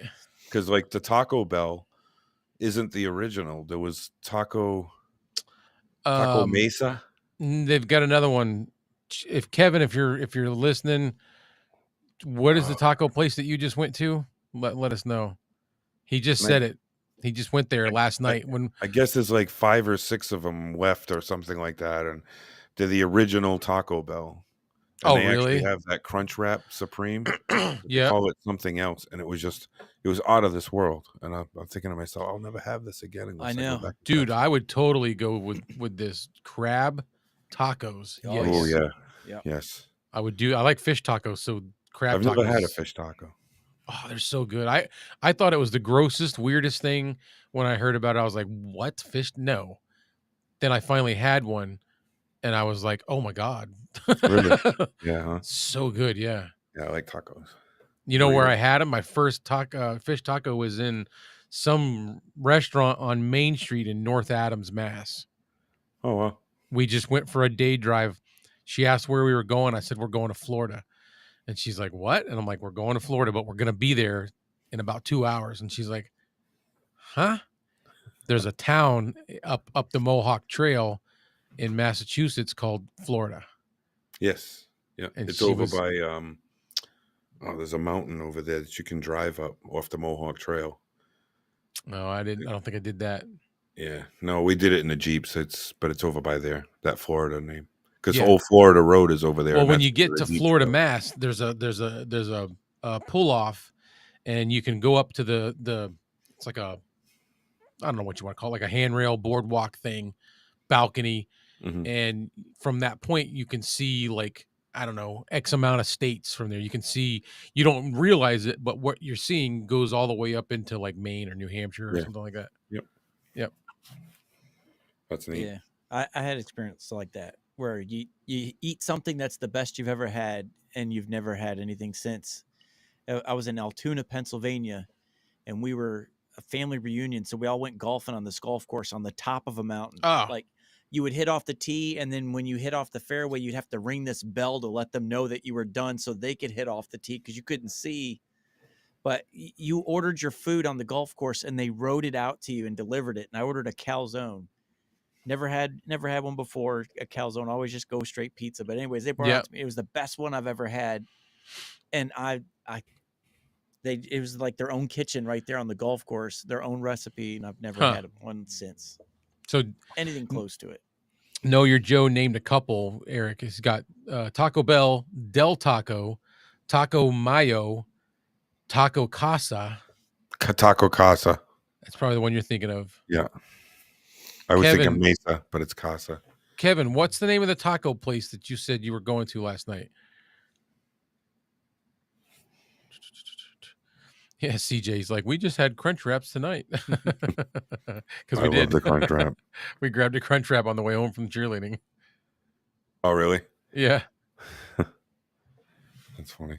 She said earlier, she's like, I'm not even bored. Today we did a Watching us. we did a wedding today out in the park with Yeah, I was telling them. the side by sides. Yeah, that was pretty neat. We did a pretty good. It was a pretty good run, and I was going to get tacos. The reason why I was thinking is because after the fact, I was like, why does this come into tacos? Because we were going to go out and eat and have tacos, and instead we went somewhere else. Oh, that's so weird. You're talking about tacos going, and I'm thinking, man, You're like, I had a really good Caesar salad, but it just wasn't tacos. When does Taco Bell close, man? He wants to go to Taco I know, Bell right? now. You could always make a run for You the know what? border, They man. used to be open. Well, in Florida, they were Get a open till gordita. 2 a.m. Yeah, that was the And one place you could go to. You could yeah, always late. go, and it was Yeah. cheap, and you could get a lot of food, and Yeah. you could get. I used to like- manage one right after the military. The one in Woonsocket, Rhode Island. Okay, so yeah, where he went last night was Taco Casa. They have the oldest best daughter- Crunch Wrap Supreme. My oldest daughter used to work at Taco Bell, so I always get like the extra stuffed burrito. when Oh I yeah. order it. At Yeah. night I would fill up they had this like fridge is what it looked like, but it was a warming fridge. And at the end of the night there would always be like this rush, people would show up. So I was like, screw that, I'm not going to get behind the 8-ball in this one. So I made a shitload of food and I loaded up that thing and nobody showed up. And I was like, so what do you do with all this food? So I just shoved it all in bags, and I had a Fiat Spider when I quit the military. When I left basic training in AIT, I came home. I had bought a Fiat Spider, and I had this thing full. It was like a mobile Fiat Spider Taco Bell, and I pulled up to Dunkin' Donuts, and I'm just feeding people 25 cents, man, and they're freaking coming over, handing me like $10. They're all half in the bag. And everybody's walking around with burritos and Dunkin' Donuts coffee. Burritos and coffee. Yeah, they said as long as you had a coffee, you could hang out in the parking lot there, and it was like the place to go. The Dunkin' Donuts. I don't know why, but it was right on the corner. So of everybody Cass always Avenue. got a coffee. Yeah, so everybody would have a coffee cup. I wouldn't say it was coffee in it, but everybody had a cup. And it would be, if there wasn't 50 people there, 60 people at any given point, there wasn't any. I mean, it was just always a group of people there until like 3 a.m, and then everybody would go home. So I just show up and I had 60 burritos. I had those 12 packs. That's great, of- man. of Where were you when I tacos. was back then? know. Like, And then when they had great. those old school burger days where at McDonald's, they used to sell cheeseburgers for 35 cents and hamburgers for 25 cents. They do it like once in a while in the summer. I go in with a $20 bill. Give me as many cheeseburgers as I can get. And one time we went to the one in Putnam and they screwed up, and a guy was making my order and a girl was making my order, and they gave me double. I Oh, must have had like 80 cheeseburgers. There wasn't a sign between my house and the Thompson Speedway that didn't have a cheeseburger stuck to it. You know, grab it, take the bread on it. For the longest time, those burgers were there too. You drive by, oh look, there's another one. I fed this Order homeless up. dude. I went up to him, Order I'm up. like, are you hungry? He's like, yeah. And I'm like, here you go, man. I handed him like 20 burgers. He's like, what do I do with this? And I'm like, chuck him I gotta hit inside. him, throw him out the window. What's up, Jess? Just wanted to say hi. Thanks for joining. I mean, not that I would ever do that. I'm just saying. Yeah, of course not. You did. You totally did. Yeah, I know. They're This is for show biodegradable. purposes. Yeah, it's well, except the wrapper, but Yeah, somebody's gonna eat it. 'Cause everything's it's got biodegradable except McDonald's burger. cheese paper. Yeah. You gotta eat. No, the those cheese burgers, paper. that's like a Twinkie. That thing doesn't go Yeah, bad. they just No, it get doesn't, yeah. petrified. Yeah, they just dry up and get hard, but they don't. Yeah, I think if you soak it in water, it reconstitutes. it's right back Yeah. to what it was. Then you just warm it up in the microwave. Yeah. NHL hockey pucks. Burger's done. Ding. In Michigan, yeah. they're just Trick is winter hockey take the pucks. cheese off the paper. Because What'd you say, Mike? They were hockey pucks in the wintertime. Oh yeah. You need a hockey puck. You always give those when to the the kid flakes that's were got frozen. the loose tooth. Here, take this. Yeah. Yeah. Well, that cheese dries to the paper, and you go to eat it off, and you eating the paper too. It's like, how It does cuts that- your throat. You can make glue out of that cheese that would be Yeah. better than some Yeah, of like, that this crazy. burger that ain't you very put good. It stuff tastes like cardboard. No, that's the wrapper, bro. You're eating the Take box. the wrapper off. I swear to God, this thing tastes like paper. There's like a bite missing out of your box. You know, Your little cheese Big got a Mac. McDonald print on it? No. It does can't. not. Your cheese got a McDonald print on it. Yeah. It's McDonald's cheese. It's nacho cheese, McDonald's cheese. Ugh. Yeah. That's funny. Yeah. So I told you we would laugh if we had him on here. Oh, that's great. Obscure reference to McDonald's and cheese and assholism. Yeah. I don't know if that was like a reference to anything, but anyway, we were at a McDonald's one time and I was in my Jeep and there was nobody there. The parking lot was wide open. And I just went to the drive-thru. I got my food and I parked across 4 spots. And I wasn't doing it to be a dink. I just pulled up and just stopped, and I wasn't really paying attention to what I was doing. And a friend of mine was with me, and we're eating our fries, and I'm getting ready to dig into my burger, and this guy comes up on the side of me in a little K car convertible. And he's like, "What are you, some kind of an asshole?" And I'm like, "What?" And he's like, "You're an asshole for parking across all those spots." I'm like, "Dude, there's nobody here. We're the only 2 cars besides the people that work here. What's your problem?" "Well, you think you're all big and badass for parking across 4 spots." And he just gets out of his car and walks into the store yelling with his flip-flops. And he gets into the store and I'm standing there and I'm like, "He thinks I'm an asshole?" I take my fries and I just like, and I throw them out into the car. And they're like, seagulls from everywhere came down to eat the French fries out of his car. I go, look at my buddy. I go, "Now I'm an asshole." Ace Ventura. Oh yeah, Those are all it's like just like descending that. upon I the couldn't believe car. how many of those McDonald's come out of everywhere. They were just phenomenal. Yeah, the McDongle Oh, during Lincoln, Rhode Island. Yep. Yeah, but yeah, that's a true story. I wonder if he tells the story like I do. Probably not. the version's probably slightly This different. asshole. I'm gonna answer a couple things here. I'm not sure what Joe's experiencing. Maybe he figured it out. Oh yeah, because we stream to 3 different YouTube channels. There's my 3. channel plus your 2. So if Yep. someone's watching the stream on one of these 3 channels, they're not going to see people's comments Oh, on right, the other yeah. 2. Yep, they'll Yeah. miss that. So that is what I was talking about. One of the features on Riverside is I think everybody sees everybody's in it. They can see it from Twitch, YouTube, Facebook, wherever they're watching from. Gotcha. And I Oh, think wow. So everybody they're else, not just going to the YouTube channel then? They're going wherever. wherever they go. Understood. But I think everybody else sees their comments as well, and it says where they commented from. Oh, wow. Man, you're making me hungry. You guys are talking too much, so I had to about food. I'm like, I gotta eat something. I have kids. I have man. to All- get all up. my I food can't is see. I up don't here. have a refrigerator on the side of me. I'm not professional like you guys. Now Yes. I have kids that like teenagers, so I get groceries and I bring them up to my studio and keep it up here. I'm ready to see like somebody start doing this and the Jiffy Pop thing starts popping up. Right. Mounds up right by You the got camera. a burger over there like sorry about that. No, I just happened to have some pistachios sitting here, so I'm like, I'm gonna eat those. Pistachios. Huh? You zoom out and there's like a big pile of shells on the side of his desk. He gets up, you hear Skillets, everything's on fire. Yeah. You just kind of, roll. You're like, ooh, ow, the grease burns. Ooh, It's popping on. yeah. Is it raining or is that a burger sizzling? It's raining. Propane grill in the attic. I'm ready to go over to my freezer and grab the orange sherbet creamsicle ice cream. Oh. Do it up, man. No, I don't want to do that. Go. I'll be sitting here with it all in my beard. I was sitting here eating a half gallon of I'll be in an chocolate ice ice cream cream when coma. we were on here earlier. Oh, really? Oh, yeah, he was. So I would just make toast. Just sit here and make toast. He wanted to get familiar with the riverside, so we went on, and he's like, I'm just warning you. He's like, I don't feel good, so I might not look good. But I'm enjoying this ice cream. Yeah, he was just shoveling the ice cream in Oh, big yeah. mouthfuls. Yeah. Oh, man, you're talking me into it. I also Go- have black cherry raspberry ice cream. Go do it. That's the best. Yeah, it is. It's like At least you only have to get up and turn around I and go can't right hear there. you. I'm in ice cream mode. I'll be right back. We have to go downstairs. Except I've got a refrigerator up here. There's just no snacks in it. Lunch break. Yeah. Live stream lunch After an break. hour and a half.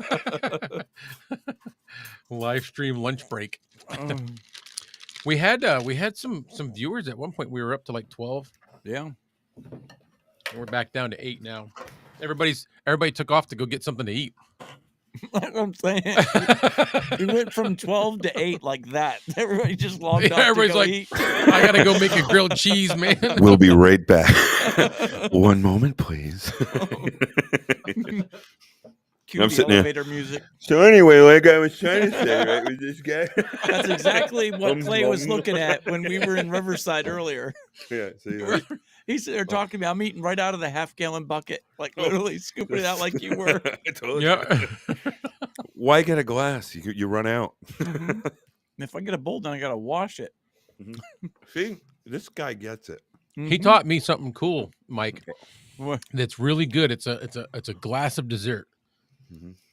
You take milk, pour yourself a glass of milk, however much milk you want, and then treat that milk like it was a coffee, and put some vanilla, like French vanilla creamer in it, and put just the same amount you would put in your coffee, and drink that milk. Huh? It's so good. It's I'll like have to it's try like that, 'cause I love it's milk like- too. it's like drinking ice cream. Okay, so I've got. No wonder why it's so bright. CJ. What? I have got a new, What most CJ do? refreshing drink I've ever had in my life 2 nights ago, and I made it. It's so easy. Lime, just a green lime. Mhm. Section it in 4 pieces. Throw it in a blender. 3 of them. 2 cups of water. Dump it in, and blend it. Just get it really, really blended. Then take one of those metal strainers and just pour the liquid through the metal strainer and get all the pulp out. And all you want is the lime juice and water. Put it back in the blender. 2 cups of ice or 3 cups of ice and a half a can of condensed milk. Oh yeah, smoothie time. Put it in there and mix it. Out of this world. Oh my God. Out of this world. I couldn't get enough of it.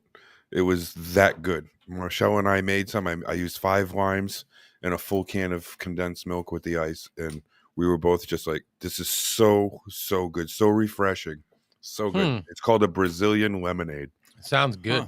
and there's no lemons in it. We Right. got- It was phenomenal. Joe's is picking up son at Five Guys right now. Everybody's eating. Picking up my son at Five Guys. Never mind. You don't get him. Hi, my name's Boneyard. I'll I'm get an him. I'll pick him overeater. up. You stay here. I'll go get him. Oh, this is what CJ was saying Yeah. earlier, Eric. She's ready to bring you a care package. Your whatever your joke was. She goes, boneyard. I can't do it. I can't do it. I can't do it under pressure, CJ. I think I honk like a horn, right? I was laughing because she said, "Dad, do you want me to bring you coconut ice cream upstairs?" Oh my god! Oh, she's right here. She's scared the crap out of me. Door dashing. We're talking about your comment, right? Oh, look. Food assistant. There it is. All right. So in the comments, write so what bad you're right eating now. because we know everybody just went to go grab something. Dad likes ice cream. Hi, CJ. My dad Tearing up likes my ice Walmart cream cookies. and coconut ice cream specifically, Oh. so I grabbed him his coconut ice cream. Coconut ice cream. I don't think I've ever had It's coconut. actually not ice cream. It's dairy free, gluten free.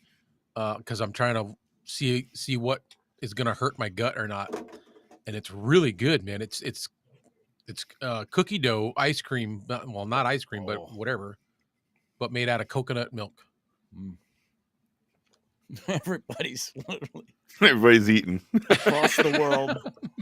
Just Why go not? get something. Okay. Dave in Yeah. the Philippines probably eating a bowl of cereal as he's watching this. Cereal. You put that on your ice cream. Best thing you can do. Oh, yeah.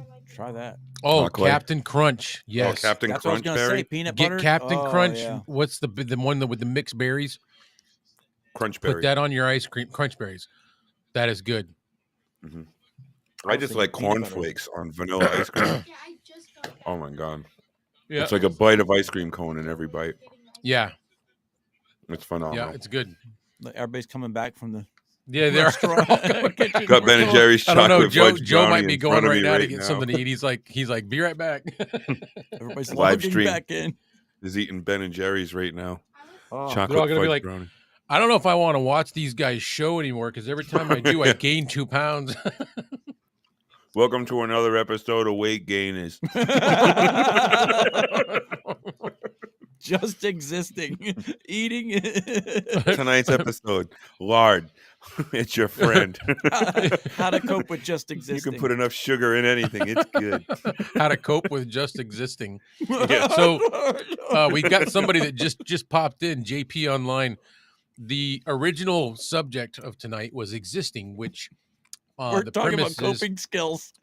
yeah, the premise is that we're just living, not really, or we're not living, we're just existing, going to work, paying our bills, and that's what it talked about. So now we have moved on to the coping skills. Yeah. And that's I'm where not we going to are. live large, but I'm going to be large. I'm gonna be large while I'm living. Yeah.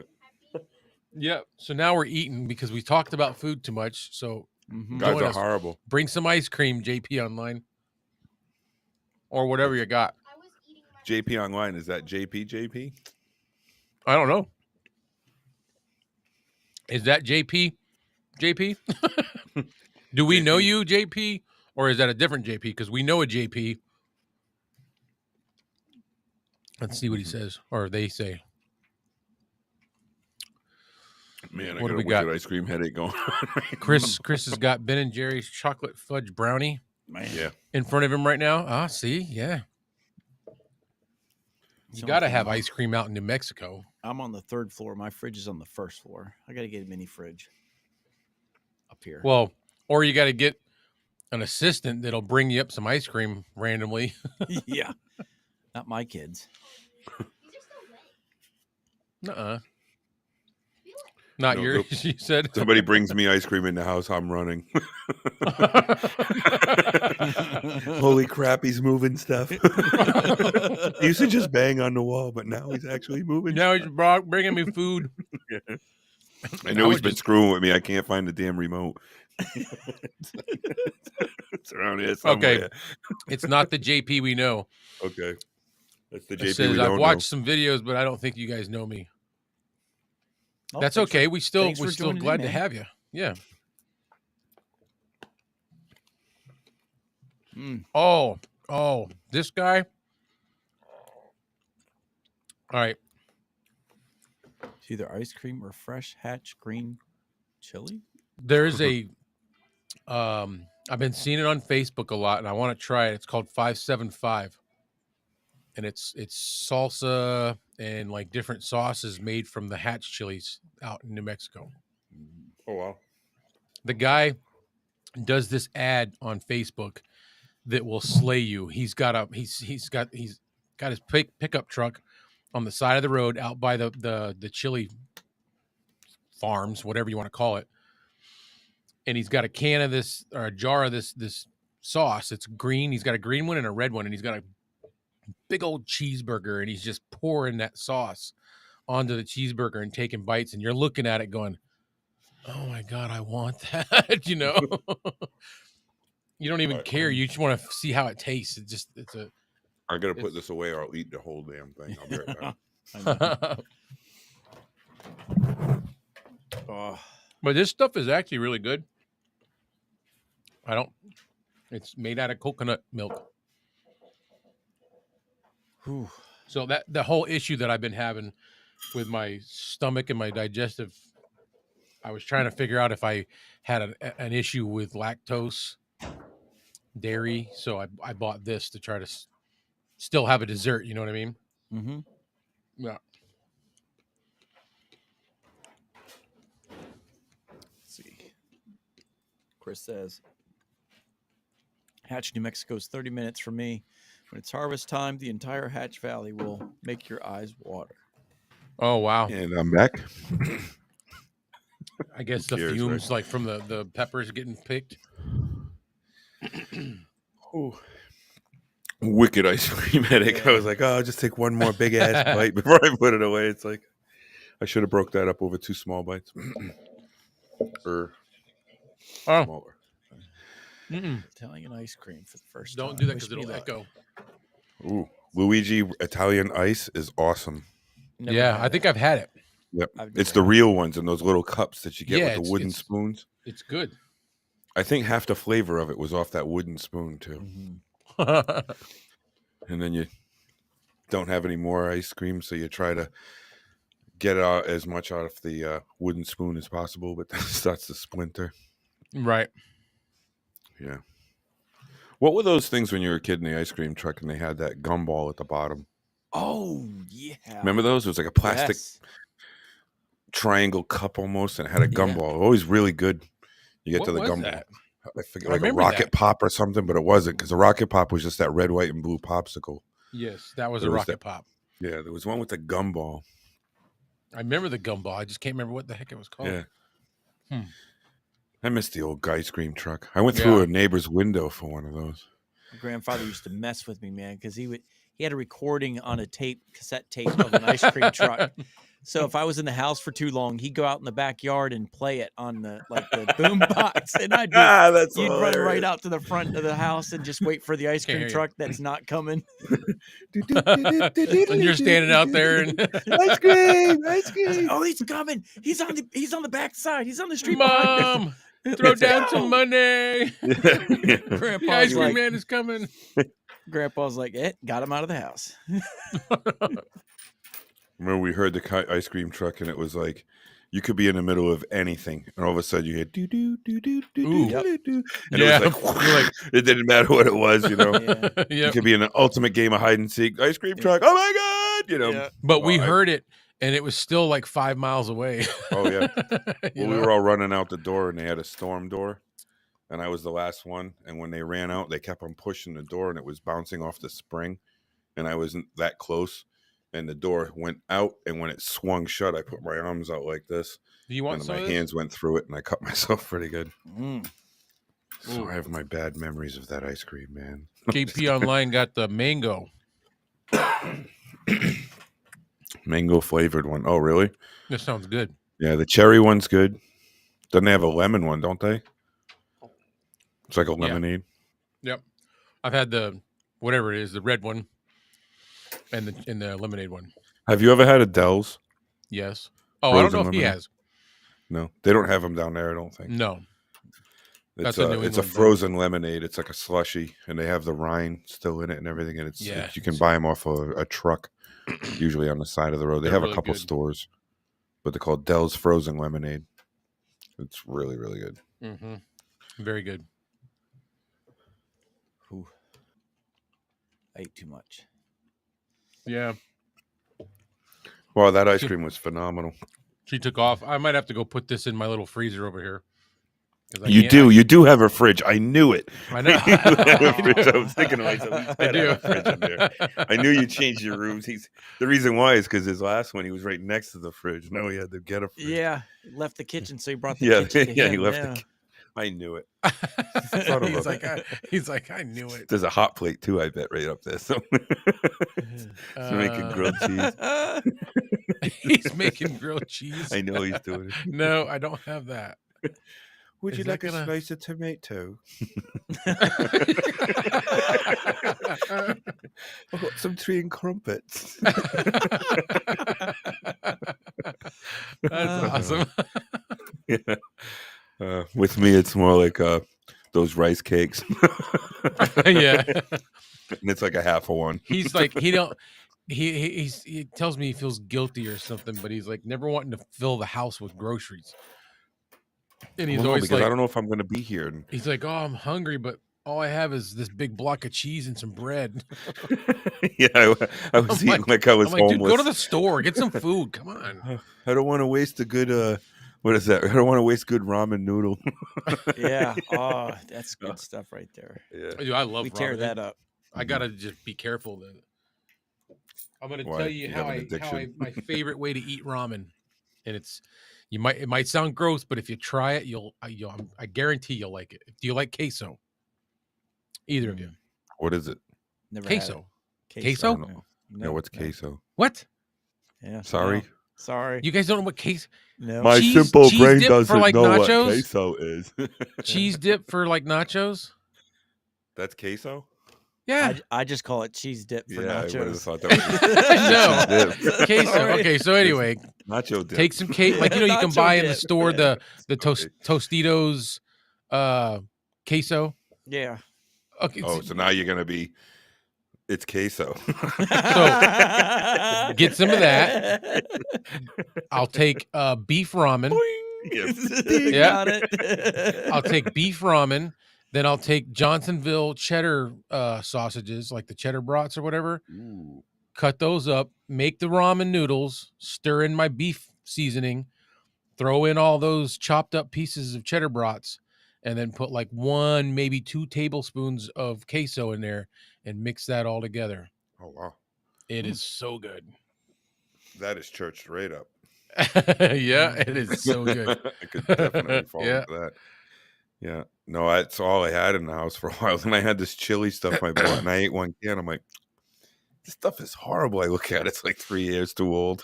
I'm like, oh, that's probably why it's a little Yeah. bad. Oh, it tastes like a 9-volt battery. It's kind of weird. A 9-volt battery. It Funny you said tingles. that. We were eating waffles the other day, and we're like, man, this stuff tastes like cardboard. And my wife's like, she opens up the butter, and she's like, this butter don't look good. Butter doesn't expire, does it? I was like, yeah. Look at it. It's 2022. Oh And no, we're spreading that over the waffles. We wonder why the waffles taste bad. It's not the Yeah. waffles. it's not the waffles. Stuff's expired 2 years You ago. better get more butter. Yeah. I can't believe it's not butter. It ain't. Yeah, It's it's not definitely not anymore. anymore. It used to be butter. Yeah. That's funny. Yeah, no, I've done that a few times. That expiration date gets me. Mm-hmm. We were at a friend's house and we were playing cards one night, and it's like middle of June, and they are very good with their money. They're very careful with it. I'll put it that way. They're not cheap. They're just very careful with it. And his wife will go to like these. I don't know where she gets some of the stuff, but it's like Coca-Cola or it's Pepsi, but it could be old. And this is like June, and I'm looking at the can, and it's got a Santa Claus on it. Like, so I'm drinking it, and it just doesn't taste right. So I go to pour it out, and it's Coca-Cola, and it's clear. I'm like, It's clear. why is the Coca-Cola clear? So then I'm like, the can is still heavy, but it's empty. It's because all the sap or whatever they put in the Yeah, Coke is like separated and is at the bottom of this can. You couldn't knock the can over on a bet. You push it over, the thing would stand right It back was- up again. It was so heavy Just like at the bottom. Weebles wobble, but they don't fall Yeah, down. it was like a Weeble can, right? Exactly. Yeah. Right? Had the little airplane. It's a Coke can in it instead of a Weeble. So they freaking. So I'm like, where did you get these? And she's like, well, I got them on sale. And Brian's like, well, when did you get them on sale? And she goes, well, I don't know. They were a little while ago. I'm like, well, it's June. I mean, I wouldn't think Coca-Cola would separate in 6 months. Then we're looking at the can. It was like 7 years old. Oh my She wasn't God. rotating the stock. She was just getting new Coke and just putting it on the shelf. They were Finally, they selling them ran as out, and they're finally getting collectibles. to the back of the supply. Getting to the back, yeah. I've never thought I'd ever see Coca-Cola separate. They're selling them as collectibles, and she's getting them to Yeah. drink. What is this, Diet Coke or something? Yeah. They were collectibles. Yeah, collect the whole set. You did. You You can stop drank the collecting now. Yeah. You drink got the 'em all. collector's We set. just drank the collection. Yeah, we just drank all the extras. I Yeah. served it with dinner. Yeah. These are my duplicates. We had you company can over. drink these. It's Coca-Cola. It's good for you.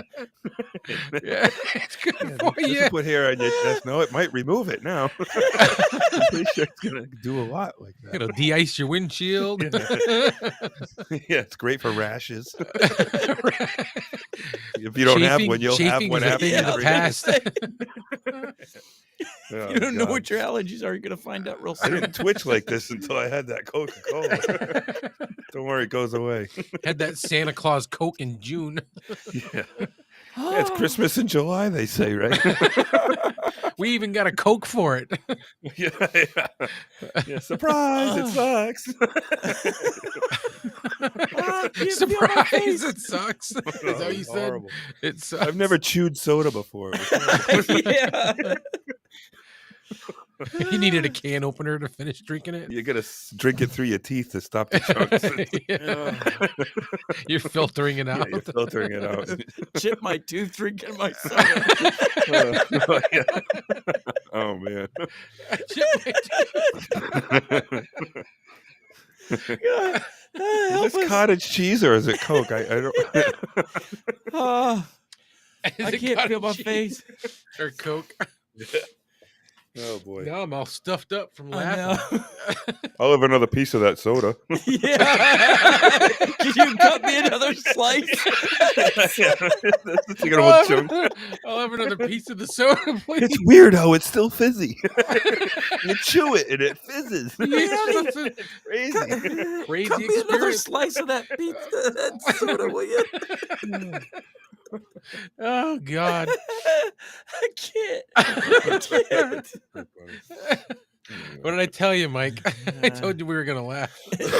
We're not just existing tonight, man. No. We're having some memories Damn it, we've here. just we've gone past existing. Yeah. I don't know what to call it, Great but we're past it. memories, man. It would have been better if I had a word for it. Would have been better.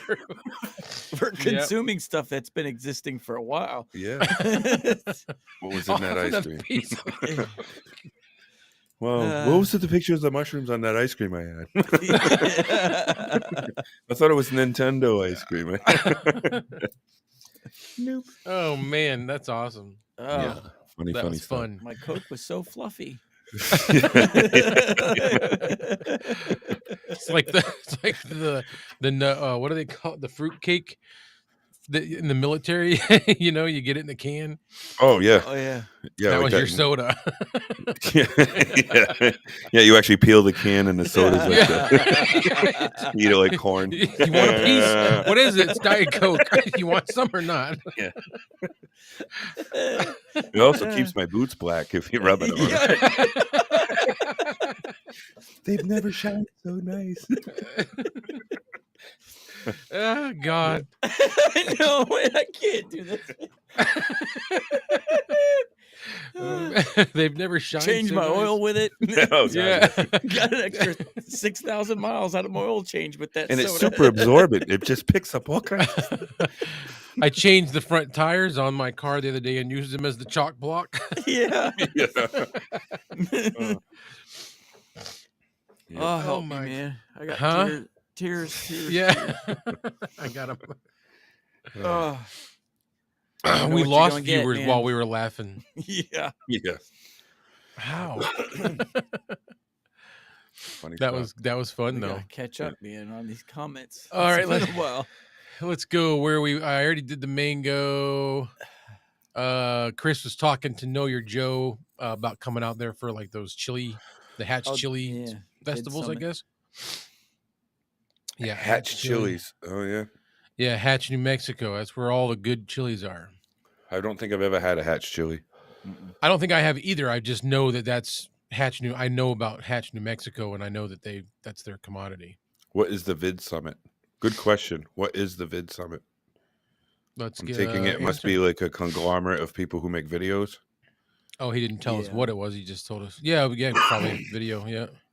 It's like NAB, a smaller NAB. People get together. He's still not saying what it is. It's in Las Colinas. There's still tickets available. We're all reading Well, we're it. just here we go. Oh, Lori, I said we lost people while we were laughing. She said, "Not me. I'm loving it." Lori said that. Yeah. Lori, if you didn't notice, Eric, the same last name. That's Mike's wife. Oh, okay. Very good. I got her talked into coming on the show one night, and she pretty much roasted Mike the whole time. It was great. Oh. He's using Wait, his cell phone for the How to do camera. that? Called Sorry, him out Clay. left and right, man. Yeah. It was awesome. So we were like looking. She's like, "I like his camera. What is that? Cell phone?" She's like, "And what'd you pay for your camera?" It's like $1,300. I like his better. Yeah. Thanks, dear. Mine looks weird, doesn't it? Does it have like a weird green to it? No. No. Oh, Okay. weird. No, the hues. It's got like a greenish, yellowish hue, I guess, but it doesn't look weird. It looks fine. It kind of feels like that's part of the room. Yeah, you're in. it is. Yeah, It's it the way is. the, Room. the Yeah. light is. It's just has a lot of the It ceiling's works. white. Yeah. But I have a lamp that I got. I don't. To be honest with you, I don't know where I got it. It just appeared here one day, Harry. And, Yeah. no, then I think Telling of you, it. man, he's Right. Harry And likes I use it flooding, too. it's got a lampshade on it. It's got a yellow bulb in it, and that's what's kind of giving me that light. That's You know great. what was great? A couple times when we were doing, so me and Eric, we were doing a podcast for a little bit on Spotify and YouTube before I started getting heavier into YouTube, and it was called Silent 8. We just came up with the name, and this is what we did every time. We just sat around and we laughed and talked about the stupidest crap and laughed, and every now and then we'd be talking and he would just stop and go like that, and like he Do you would be need a mic? silent, and Do I'm you like, want a mic? I'm like, what are you what's Yeah. what's the matter? And he's like, do you hear that? Harold, take the mic. Yeah. I'm like, no, I didn't hear that. And he's like, there's somebody upstairs. Yeah, no, it was definitely somebody walking around that night or something. My first night here, when I slept in the house for the very first time, I was on the phone with my wife. It was like around 10 o'clock at night, and I could hear somebody clanging dishes in a sink of some kind. And I was thinking to myself that the house had been vacant for 50 years, that a homeless person might have had a way in and out of the house, that maybe a window or something that I didn't know. And they were in here getting their stuff out, because that's exactly what it sounded like. It sounded like somebody had, for lack of better explanation, clanging dishes in a sink, a porcelain sink. That's the only way I could explain it. So I'm up there and I'm on the phone and I've got my gun. And you had no sink. No, there's no sink. There's Yeah. no nothing. There's no plumbing yet. I had a toilet, a tub, and me in a bed. And I'm walking down the stairs with my gun, the flashlight on my phone. I got my wife on there. in his I'm in my tighty tidy whities. And I believe me, Ready I'm not for a guy to be battle. seeing in his tidy whities if I could scare the ghost. And so I'm coming down the stairs, and they didn't have a rise to the stair. It was just a tread. So you could see down into the basement through the upstairs by looking down. And all I could think was somebody was going to reach through the stairs and grab my foot. That's all you could think. The electricity in the house was 2 4-plug gang outlet boxes that they were wired into the fuse box, and it was 50-foot lengths of electrical wire, and it was just a 4-plug box on the end of it. That was the extent of the electrical in this house when I bought it, 2 of those. So I had a lamp plugged into that, and I'm trying to drag the lamp with the cord and my gun and the phone and my underwear coming down the stairs. And I'm like, I got a gun. If you're in the house, I'm giving you time to get out. I live here now. And there's nothing, but I can still hear like clink, clink, clink, clink. And I'm like, my wife's on the phone. She can hear it over the phone. She goes, there's somebody there. I'm like, I know, I can hear him. So I come down the stairs, and you come down the stairs, and then you have to like walk around them. And then the basement stairs are directly underneath those stairs. So you kind of have to do like a 180, so to speak. So I go around, and now I'm over by the basement stairs, and I'm like, if you're in here, I'm gonna come and get you. I got a gun, and I'm in my underwear, and I'm trying to like freak him I'm out. in my When I underwear. get down in the basement, there's nobody there. There's just nothing, and the dishes sound stopped. So fast forward to a month later, my wife is here for the very first time. 2:00 in the morning, I get and I'm like, what? She goes, there's somebody downstairs, and you can hear it. It was like somebody was washing dishes in the sink, and there was no sink yet. There still wasn't a sink. It was crazy. That's what made me kind of just like, okay, well, somebody else heard it, and I was here, and I don't know, it's just very strange. Confirmed. Yeah. Yeah. And like when Gino was here at 1:00 in the afternoon and on the front door, but there was nobody there, and it sounded like it came from the inside, not the But outside. Gino heard it. Yeah, Gino and I Yeah. were both sitting in the living room. The door is 5 feet away from both of us. And it sounded exactly like somebody was pounding on the door. And he looked at me and went, what the fuck was that? And I'm like, I don't know. And I looked out the window, and he was looking out the window, and I opened the door, and there's nobody there. And I said, I'm glad somebody else was here when something like that happened, because it's happened a couple times. And I'm getting like really used to it. And people are here, and they're like, what the heck was that? And I'm like, don't worry, just Harold. He doesn't do anything. It's just Harold. Don't worry. He doesn't buy expired food, I can tell you that. Yeah, he doesn't chew his soda. Yeah, he doesn't- He's not offering me bums. Provides solid Coke. Yeah. Would you like a glass of cottage cheese or sour cream? No, thank you. A glass of cottage cheese. Yeah. Well, it was milk, but it was last week. Yeah. Next week's science project, who knows? Yeah. This week it's still edible. Just pulled away from the side of the dish about a half inch, but it's fine. Anywho. You got any ghost stories in your old house there, Mike? Not this one. No, but the house I had in Michigan, we used to be my dad's house. Then he passed away, so we were living in it. And he used to say all the time that the house was haunted. And you knew when the ghost was there because the clock on the wall would stop, one of them grandfather clocks. Wow. And all the time. And so we still have that clock. And every time the clock stops, I forget. Lori, if you're listening to that, she remembers the name. I don't remember the name of this ghost, but she does. Every time the clock stops, she's like, so-and-so's here. So, yeah, that's about it. That's weird. But you could, like, in the middle of the night, you could hear a door shut. Everybody's asleep, and you can hear a door shut or something. There? Yeah, just noises or something. And my wife always gets up. What was that? I hate that when people say it's an old house, it's settling. Yeah. No, old houses don't settle. Yeah, we closed on this house. It's settled. Yeah. This one is because I believe that. Yeah, no, this one is definitely settling constantly. It's always evolving. Like our windows and Mine doors is going down the hill. Yeah. No, seriously. If you did Every time so lapse, often we have to you have would the see it landlord move. come and fix the doors, like the front door, because it won't shut anymore. Oh, well. Like the threshold at the bottom is starting to push up. That might not be settling. That could be rotting. Maybe. Yeah, that's an old house there. All those houses where you live are the old mill houses. Yeah. Well, this one is the oldest. It's the first one, and because it's a duplex, and then there's an addition on the back. So we're actually a triplex, but the addition is one level, and it was originally built and added on as a bunkhouse. It was just beds. It was just a long, almost like what you'd be in the military, like a long room with a bunch of beds. Sure. That's what this was behind us, because it was all for the mill. Yep. Yeah, that mill Yep. across the street from you. Yeah. Yeah. There's a lot of that up here. A lot of mills with old we mill had a housing. here. Yeah, we A had lot of mill that up here, too. A lot of the paper mills. They Yeah. had all the old houses and stuff. We had a water mill that people would like boat in and ferry in 100 years ago, train station, all that stuff. So we're in a house. This house is over 100 years old, and it's built on a hill. So like the front of the house, the first floor is ground level, but when you go to the backside, the basement is completely, you could walk into the basement from the backside. Yeah. So it's like that steep of a hill. So the house is just kind of like going down the hill after 100 Hey, years. it says we're going to end in 7 seconds. Oh, yeah. Why? It does that sometimes. I guess like Oh, okay. I just closed it out. yeah, Instagram and certain platforms can only let you stream for 2 hours. I think it is before you shut down. So Well, we've been on for 2 hours. Yeah. yeah, Yeah, Wow. we just 2 crested. hours. Isn't it Yep. something? Wow, no kidding. It doesn't feel like it. Yeah, No. it's great stuff. No. Oh, good stuff. Yeah. No, oh, they're still talking. Him and Chris are going back and forth about I Vid Summit. can't see any of the comments until you put them up. Really? Yeah. How come? I wonder why. I wonder why.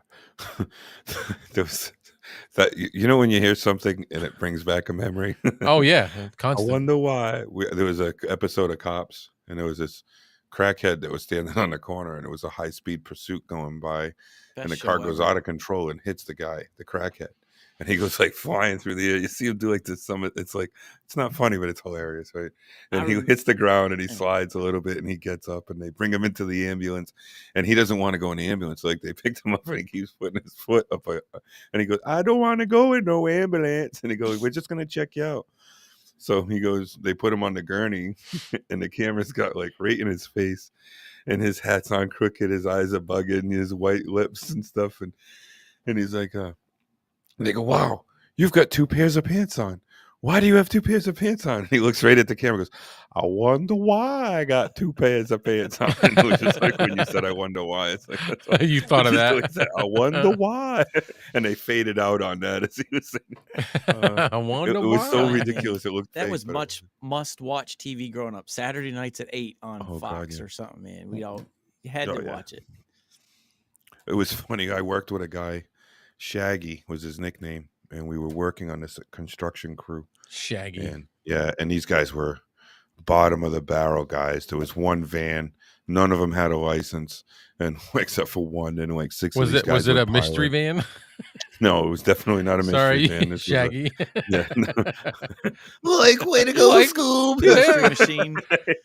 And he there's this guy that was in there, and we're watching Cops, and it was a Connecticut one, and we see this dude, and I guess he trashed the car on a road somewhere and left, and he went to bed, and the cops traced him home by the license plate, and they wake him up by kicking him in his bed, and he looks at the camera, and it's the dude I work with, and I'm like, no way. So I go in the next day, and I'm sitting in the van, and I can't wait to see this guy. I'm like, oh man, this is gonna be great.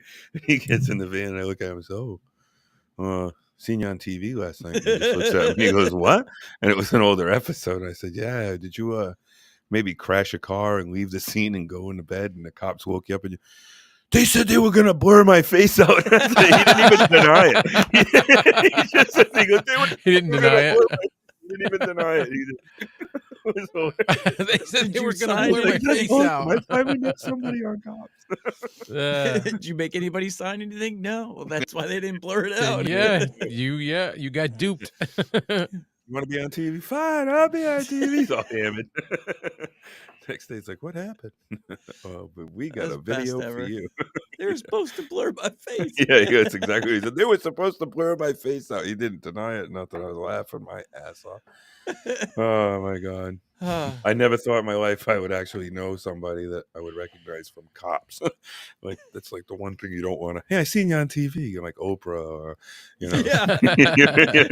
you on the news walking in the background. Yeah, I seen you on Cops. What show? I've seen you on Cops. Man, they kicked you pretty hard, huh? They kicked you pretty hard. What was that, a Dodge Omni you crashed there? We watched that stuff still. Not so much. She likes watching On Patrol Live. I don't know if you've seen that one. No. So that one's got 9 different. Was that like on Pluto TV? No, Hulu. Like one of those channels nobody No, watches. no. This is a really popular one, and it's they've got 9 different departments, and they go live every night on all these different departments. Oh, that's cool. Is that the one where they're in studio and they set up a scene? Yeah, and okay, I've seen that. Okay, Yeah. I've seen that. Yeah. Sean Sticks, Larkin. Yeah. There's a Cop couple number different guys. 1, Cop Yeah. number 2. Yep. That's kind of how I remember him. It's a good one, actually. It's really cool. No, that was a good show. The only thing that I notice on it a lot is they're always in Indian River County and Brevard County, which is where I lived in Florida. And I'm always like, oh, that's home. There's the thing where if you type in on Google search Florida man and then your birthday, there's like a headline of some weird Florida woman, like Florida jumps, man. Yeah. bridge with Nissan Sentra or something. You know, it'll be like these weird stories. But you put it in Yep. Florida, the cannibal man. dude from Florida. I remember that one. He was eating people. Yeah, I remember that one. Yeah. That was crazy. Only in Florida, man. I don't remember that one. Yeah. Where was that? He was eating somebody's cheek or something. They Yeah, bite him in the zombie face. man. Yeah, type Florida zombie man. Yeah, Florida zombie man tries to eat person Yeah. in broad daylight. Wow, I'll have to look that up. Hannibal I Lecter's remember- long-lost son. Florida's a weird country, man. A weird Yeah. country. That It is a place country. whack. Yeah, it's big. You got to take a boat to get there. That's the Cubans. Though. It's a long swim. It's a long swim. Yeah, Uh. it's definitely nuts down there. I've made it as far as in the Florida when we went cross country. A buddy of mine says, "Hey, I got to bring my brother back to college." I'm like, "Where is he going?" He goes, "St. Louis, Missouri." I'm like, "So you saying road trip?" He's like, "Yeah." So we hop in his little Buick and off we went. And we got down. We started cutting across the top of the Gulf, and we were going to come back up, and we saw Florida. I'm like, who wants to go to Florida? And we were there's nobody in the car. Was like, "Hey, let's go to Florida." You know, Nobody. like, no. It's like, you know. So we just got into the state line. We saw "Welcome to Florida." We were like, "Yay, we're in Florida," and then we left. We would rather have gone to Delaware. Should have went and said hi to Mike. Oh, that was a long time ago. Mike wasn't there. Yeah. What do they play in the background at Wayne's World when they say "We're in Delaware"? What's the background in there? for Oh. Delaware? Yeah, Delaware. You know, like we're in Texas, rooting and tooting Broncos. And then they go, "We're in Delaware," and they're both like, "We're in Delaware." What do you play there? Yeah. The only mountain we have out here is Mount Rushmore. It's the landfill. It's like Oh. the flattest The land as could landfill. be. We had Mount Trashmore in North Smithfield. Yeah. It was at one time it was the highest peak in Rhode Island, Yeah. Yeah. the Johnston landfill. Yeah. Oh, they had a methane flame burning for like 10 years. Yeah. The methane coming out of the ground. They just Yes, burn to it. Why keep it wouldn't from they put a exploding. power plant on that or something? Wouldn't you I heat know. Right? steam I and thought make the same thing. it's such a waste. Yep. Why not do that? It smells like a fart. You go to, it's like your whole neighborhood. You wake up in the morning, you're like, you know, everybody's got poo face. You walk That around was- and it's like, "Hey, how's it going?" That was the toughest part, man. Because I grew up in Michigan, Detroit, Michigan. I moved out here to Delaware, and the chicken manure, man. Oh, it's horrible. Windows Oh, closed. we've got a lot of AC that on, here. Doesn't matter. Chicken coops. Yes, it's just it's the worst smell. It's like, why did I move? I don't here? know where we were when we crossed country, but we found the Smithfield where they make the bacon. Oh, that yeah? was horrible. Oh Really? Yeah, I was just getting ready to say pig farms my god. are worse than chicken. Oh, it was so bad. So Like when you go gross. to a paper mill town and it just stinks, you know, you can Oh, you paper can mills, live yeah. with it. Yeah, Boy, because this of the was like- brine. God, it was so bad. Yeah, It was there's a beautiful paper too. It was mill. like this beautiful waterfall. We're riding up like, "Oh wow, look how nice it is." We pull in like, Oh. "What the Yeah. fuck? Yeah, nice Oh. rocks." You got a paper mill in Delaware? In Altoona, Pennsylvania, where my wife's family Oh. reunion was every year. There was a paper mill there, and it's the worst. That's how it was up here when we first started coming up this way. They had all paper mills up here in Berlin and Groveton. And we used to drive through and it'd be like, "Oh, it's so beautiful." And also it's like stinks real bad. You're like, "What the hell?" And people up here, they're like, "We don't think it smells. That's money." Yeah. As long as they could smell that, they had a good mill in town. Yep. Yeah. Yeah. Yeah, this place was 29,000 people, and in 5 years it was down to 9,000. They lost 20,000 people in 5 years Wow. when the mills closed. Yeah. Yeah. Ghost towns. Yeah, it's starting to boom up now. Is it? Yeah. Yeah, with the ATVs up here, it's a big deal up here with the ATVs inside. But it's still like 1983 there. There's a bowling alley, and a lot of people still hang out at it. When There's we not went really up much in there town. to do a little filming, I took my daughter because she usually was with me on the weekends. We went up there and her friend came and I had them bring their bikes. He's like, "Tell them to bring their bikes. They can ride their bikes while they're here." And they literally left the house and rode all into town. They went all over the place and no problems, none Yeah. whatsoever. Remember when you were a kid, you could just leave the house and just go away. They can do that. Your there parents still. would think you're at your friend's house, but you're probably like 4 towns away riding a train or Yeah. something, you know? Yeah. Yeah. And you could still do that here because everybody kind of watches out for everybody else. It's a small town. Mm. Yeah, but they're small. like right up above the notch, so weather can be an issue like in an instant. You remember that? Yeah. He woke up in the morning and there's like 12 inches of snow on his truck, and it was like 40 degrees There the was night more than before. that on my truck. I don't know if it blew there, but there was like 14 inches. Yeah, there was a lot of snow. Yeah, Like and we it was had no all idea that we were even getting a storm, and I was supposed to none be of us. packing up the truck and heading back to Connecticut. And we wake up and look outside, and like you can't even see nothing. It's Yeah, so we much had to snow. shovel out to get out. We And there was couldn't. nothing the night before. Yeah, there was grass Yeah, and I for was like, 14 "What?" inches, and none of us knew it was going to snow. We were like, okay, we'll see you Oh, tomorrow. I wake yeah. up and I'm like, are you kidding me? Like, Yeah. where did that come from? I didn't hear that. Yeah, You figure that much snow in that short of time, you had to have heard something. You know? but it all melted away in like 3 hours or so, right? Yeah, it Yeah, got like warm. It got like 60 degrees and it Yeah. was gone. Jeez. poof. It was ridiculous. It was so weird. You're done shoveling and you're starting to shovel slush at the end. Yeah, and then you're like, I could have not did this. Yeah, you spent 3 hours shoveling. And you look at the For neighbor nothing. who didn't do anything. Yeah. It's melted Yeah, away. your neighbor that wakes up late goes, what happened? How come you're tired? I'm shoveling. Shut up. Yeah. Yeah, it's nuts, but it's neat. He keeps trying to talk me into moving up there. I just don't think it's gonna happen. Needs to. There's so much work for what you want to do. I know. There's But a I lot can't. of what's nice about up here in what you do is that there isn't anybody else doing that here. No, I and know. it's starting to come into fruition here. People are starting to use social media here for their businesses. They're starting to advertise in that form, and you are a creator that could come here and nobody else is doing it. They don't even have the know-how, and eventually there will be somebody. We went up there Yeah, and you find a dry spot and it's good. Like that's the way it is here. I'm one of the few that can do it. I just don't have the time for it. But if I Mhm. wanted to, it's $1,000 a video, you know, yeah, Yep. to make a 2-minute, social media commercials, $1,000. we went to this butcher shop. What's it called? The Butcher's Daughter. The butcher's daughter, yeah. And he had already like pre went and talked to them and stuff, and then we went and we all met. And while he was talking to them, I was like, I'm just gonna go around real quick with my cell phone and take a couple of clips, and we'll throw something together. And we went back to the house. The guy didn't even really know what I was doing. He didn't realize I was filming. And we went back to Gino's house. I put it all together, in about 2 hours, maybe. Yeah. And then we sent it to him, and he's like, "You filmed that while you were here?"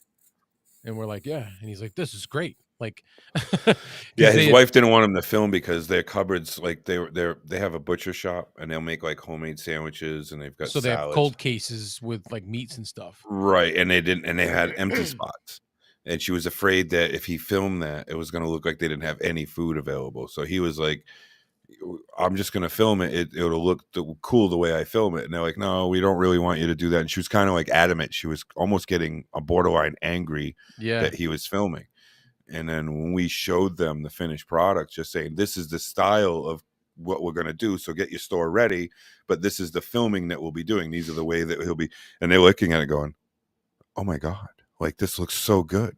Like we don't have to do anything. He didn't even get the empty spots. It looks perfect. Like their shelves looked like they were full, and they weren't. They were it was at the end of a day. But I only caught stuff that looked full. Yeah. You and know, it looked, and it was awesome. And then he put this music behind it, and the way it was edited, and what it said at the bottom of the screen. And these people were just blown away. And to me, the money is great. The stability of not having to work is awesome. But that response that you get when you create something like that and you give that to somebody and they look at it and they're like blown away, or they get emotional if it's now you know why I something like doing it. sentimental. Yeah, no, I dig doing it when I used to do it with the off camera a bit, and the response to me is sometimes way better than the pay. I know the pay is necessary, but that extra added bit that they give just makes it so much better. Feeling you get watching somebody's eyes light up. That you gave effort and somebody enjoyed it. They actually appreciated it to the point where they were like, wow, and they were blown. To me, that's more than half the reason why I'd like to do stuff like that. Creativity or whatever it is. But, well, it's going to happen now. I'll be you being in the situation that you're in now for employment, you are in a golden spot. Yeah. I I won't say envy you, but I really No, 'cause almost I'm nervous. Excited borderline for do. you. Yeah. Yeah. Very Yeah, excited. very for you. happy. I'm living vicariously through you. Yeah. Yeah, I'm Yeah. nervous. So Yeah, well, you should Just be in a way, remember but us. it's a big deal. you what, but- Mike? Just remember us when you hit it big. Yeah. Man. Just remember Okay, us. yeah, that's not gonna Take happen. us with Hi, you. my name's Clay Allen. I'd like to thank all the people I stepped on to get to where I am All the today. people Some that of them are I- still on the bottom of my shoe. Yeah. Some people call them friends. I like to call it a walkway. I wouldn't have, without the backs of all my friends, I wouldn't be here. Some people call them friends. I like to call it a walkway. Yeah, yeah. Involuntary sacrifices. They paved my way to my success. Yeah. All the involuntary sacrifices they've Yeah. made for me to Yeah. get here. We did away with the ritual and just kept the sacrifice. Yeah. Oh God, God, that's fucking funny. hilarious. Oh, Well, anywho, Is anybody Yeah. tired yet? You guys ready to go? I'm there. I'm tapping out. yeah, Man. I think so. All right. Well, Otherwise, I'm gonna have to go get some ice cream myself, man. we've gone past 2 hours. So The sugar buzz has crashed. You know, Yeah. we're crashing for the sugar buzz. Yeah, I there's gotta no go coffee now. It's some nachos, maybe. I even ooh Taco Bell run. Yeah. No, I have queso and chips downstairs. queso. There's that word again, uppity. Yeah, Yeah. that's So what you know it your is. nose It's will be queso. turned up. I just call it cheese. Nacho Or you could cheese. Call it We could church it up and salsa- call it like French and call it chizé. salsa Shazay, con queso. yeah. I can't I believe got neither my- of you have heard of queso. I got my exotic cheese from Target. Yeah, Target. I got my chizé from Target. Yay! Shazay. Yay. Hooray! My name's Clay. Yeah. Look, Clay got a chizé from Target. Yay! That's too much. That's too much A. Yay! Sound like Canadian. Yeah, we're Canadian now. Like a gay Canadian. Yeah. Hey. Uh, All right. we got to do this again. On that man. note, I'm going to go ahead and end This it is the and say highlight of goodnight to my everybody. And thank you for joining. a good Thank night, you for your guys. comments. Yeah. Steve-O, yes, it was fun. It was Steve-O. hilarious. Yeah. Yeah, We got to do this again, man. This is a highlight of my month. I said it earlier. this was a lot of fun. Yes. Yeah. And it All right. stayed on for pretty much the whole show. Oh, yeah. Usually I it only falls lost off it once in a twice. while. Usually that thing falls off, bounces around like a football. Harry, Yeah. Was it Harry? Harry takes it with him. Yeah, a little Harold. bit. He's Yeah. like slowly. Took me a little while to coming find. Son of a bitch put it on top of the fan. Took me to spring to find On it. When I top of turned the fan on. It's either a big bug or I know what it is. in. Turned it out to be good. Thanks, Joe. Know your Joe for tuning in and commenting and watching. We appreciate it. This stuff is nothing without you guys Yeah, commenting and watching. So we greatly appreciate that. absolutely. All Yes, right. sir. Good night. We're gonna go. Good night, everybody. Till next time. Bye. So what do we got? 2 weeks, and Yeah. we'll be on the level. Yep. So another month from now, we'll go live on this, unless I decide to just get a hair across my booty and go live for something. I like having you guys. I like having somebody to bounce off of, but Yep. we'll see. Yeah. It's all right. We'll talk, man. Good night, everyone. Peace be with you. Good night. Enjoy your cheese. Shizay from Taipei. Shazay.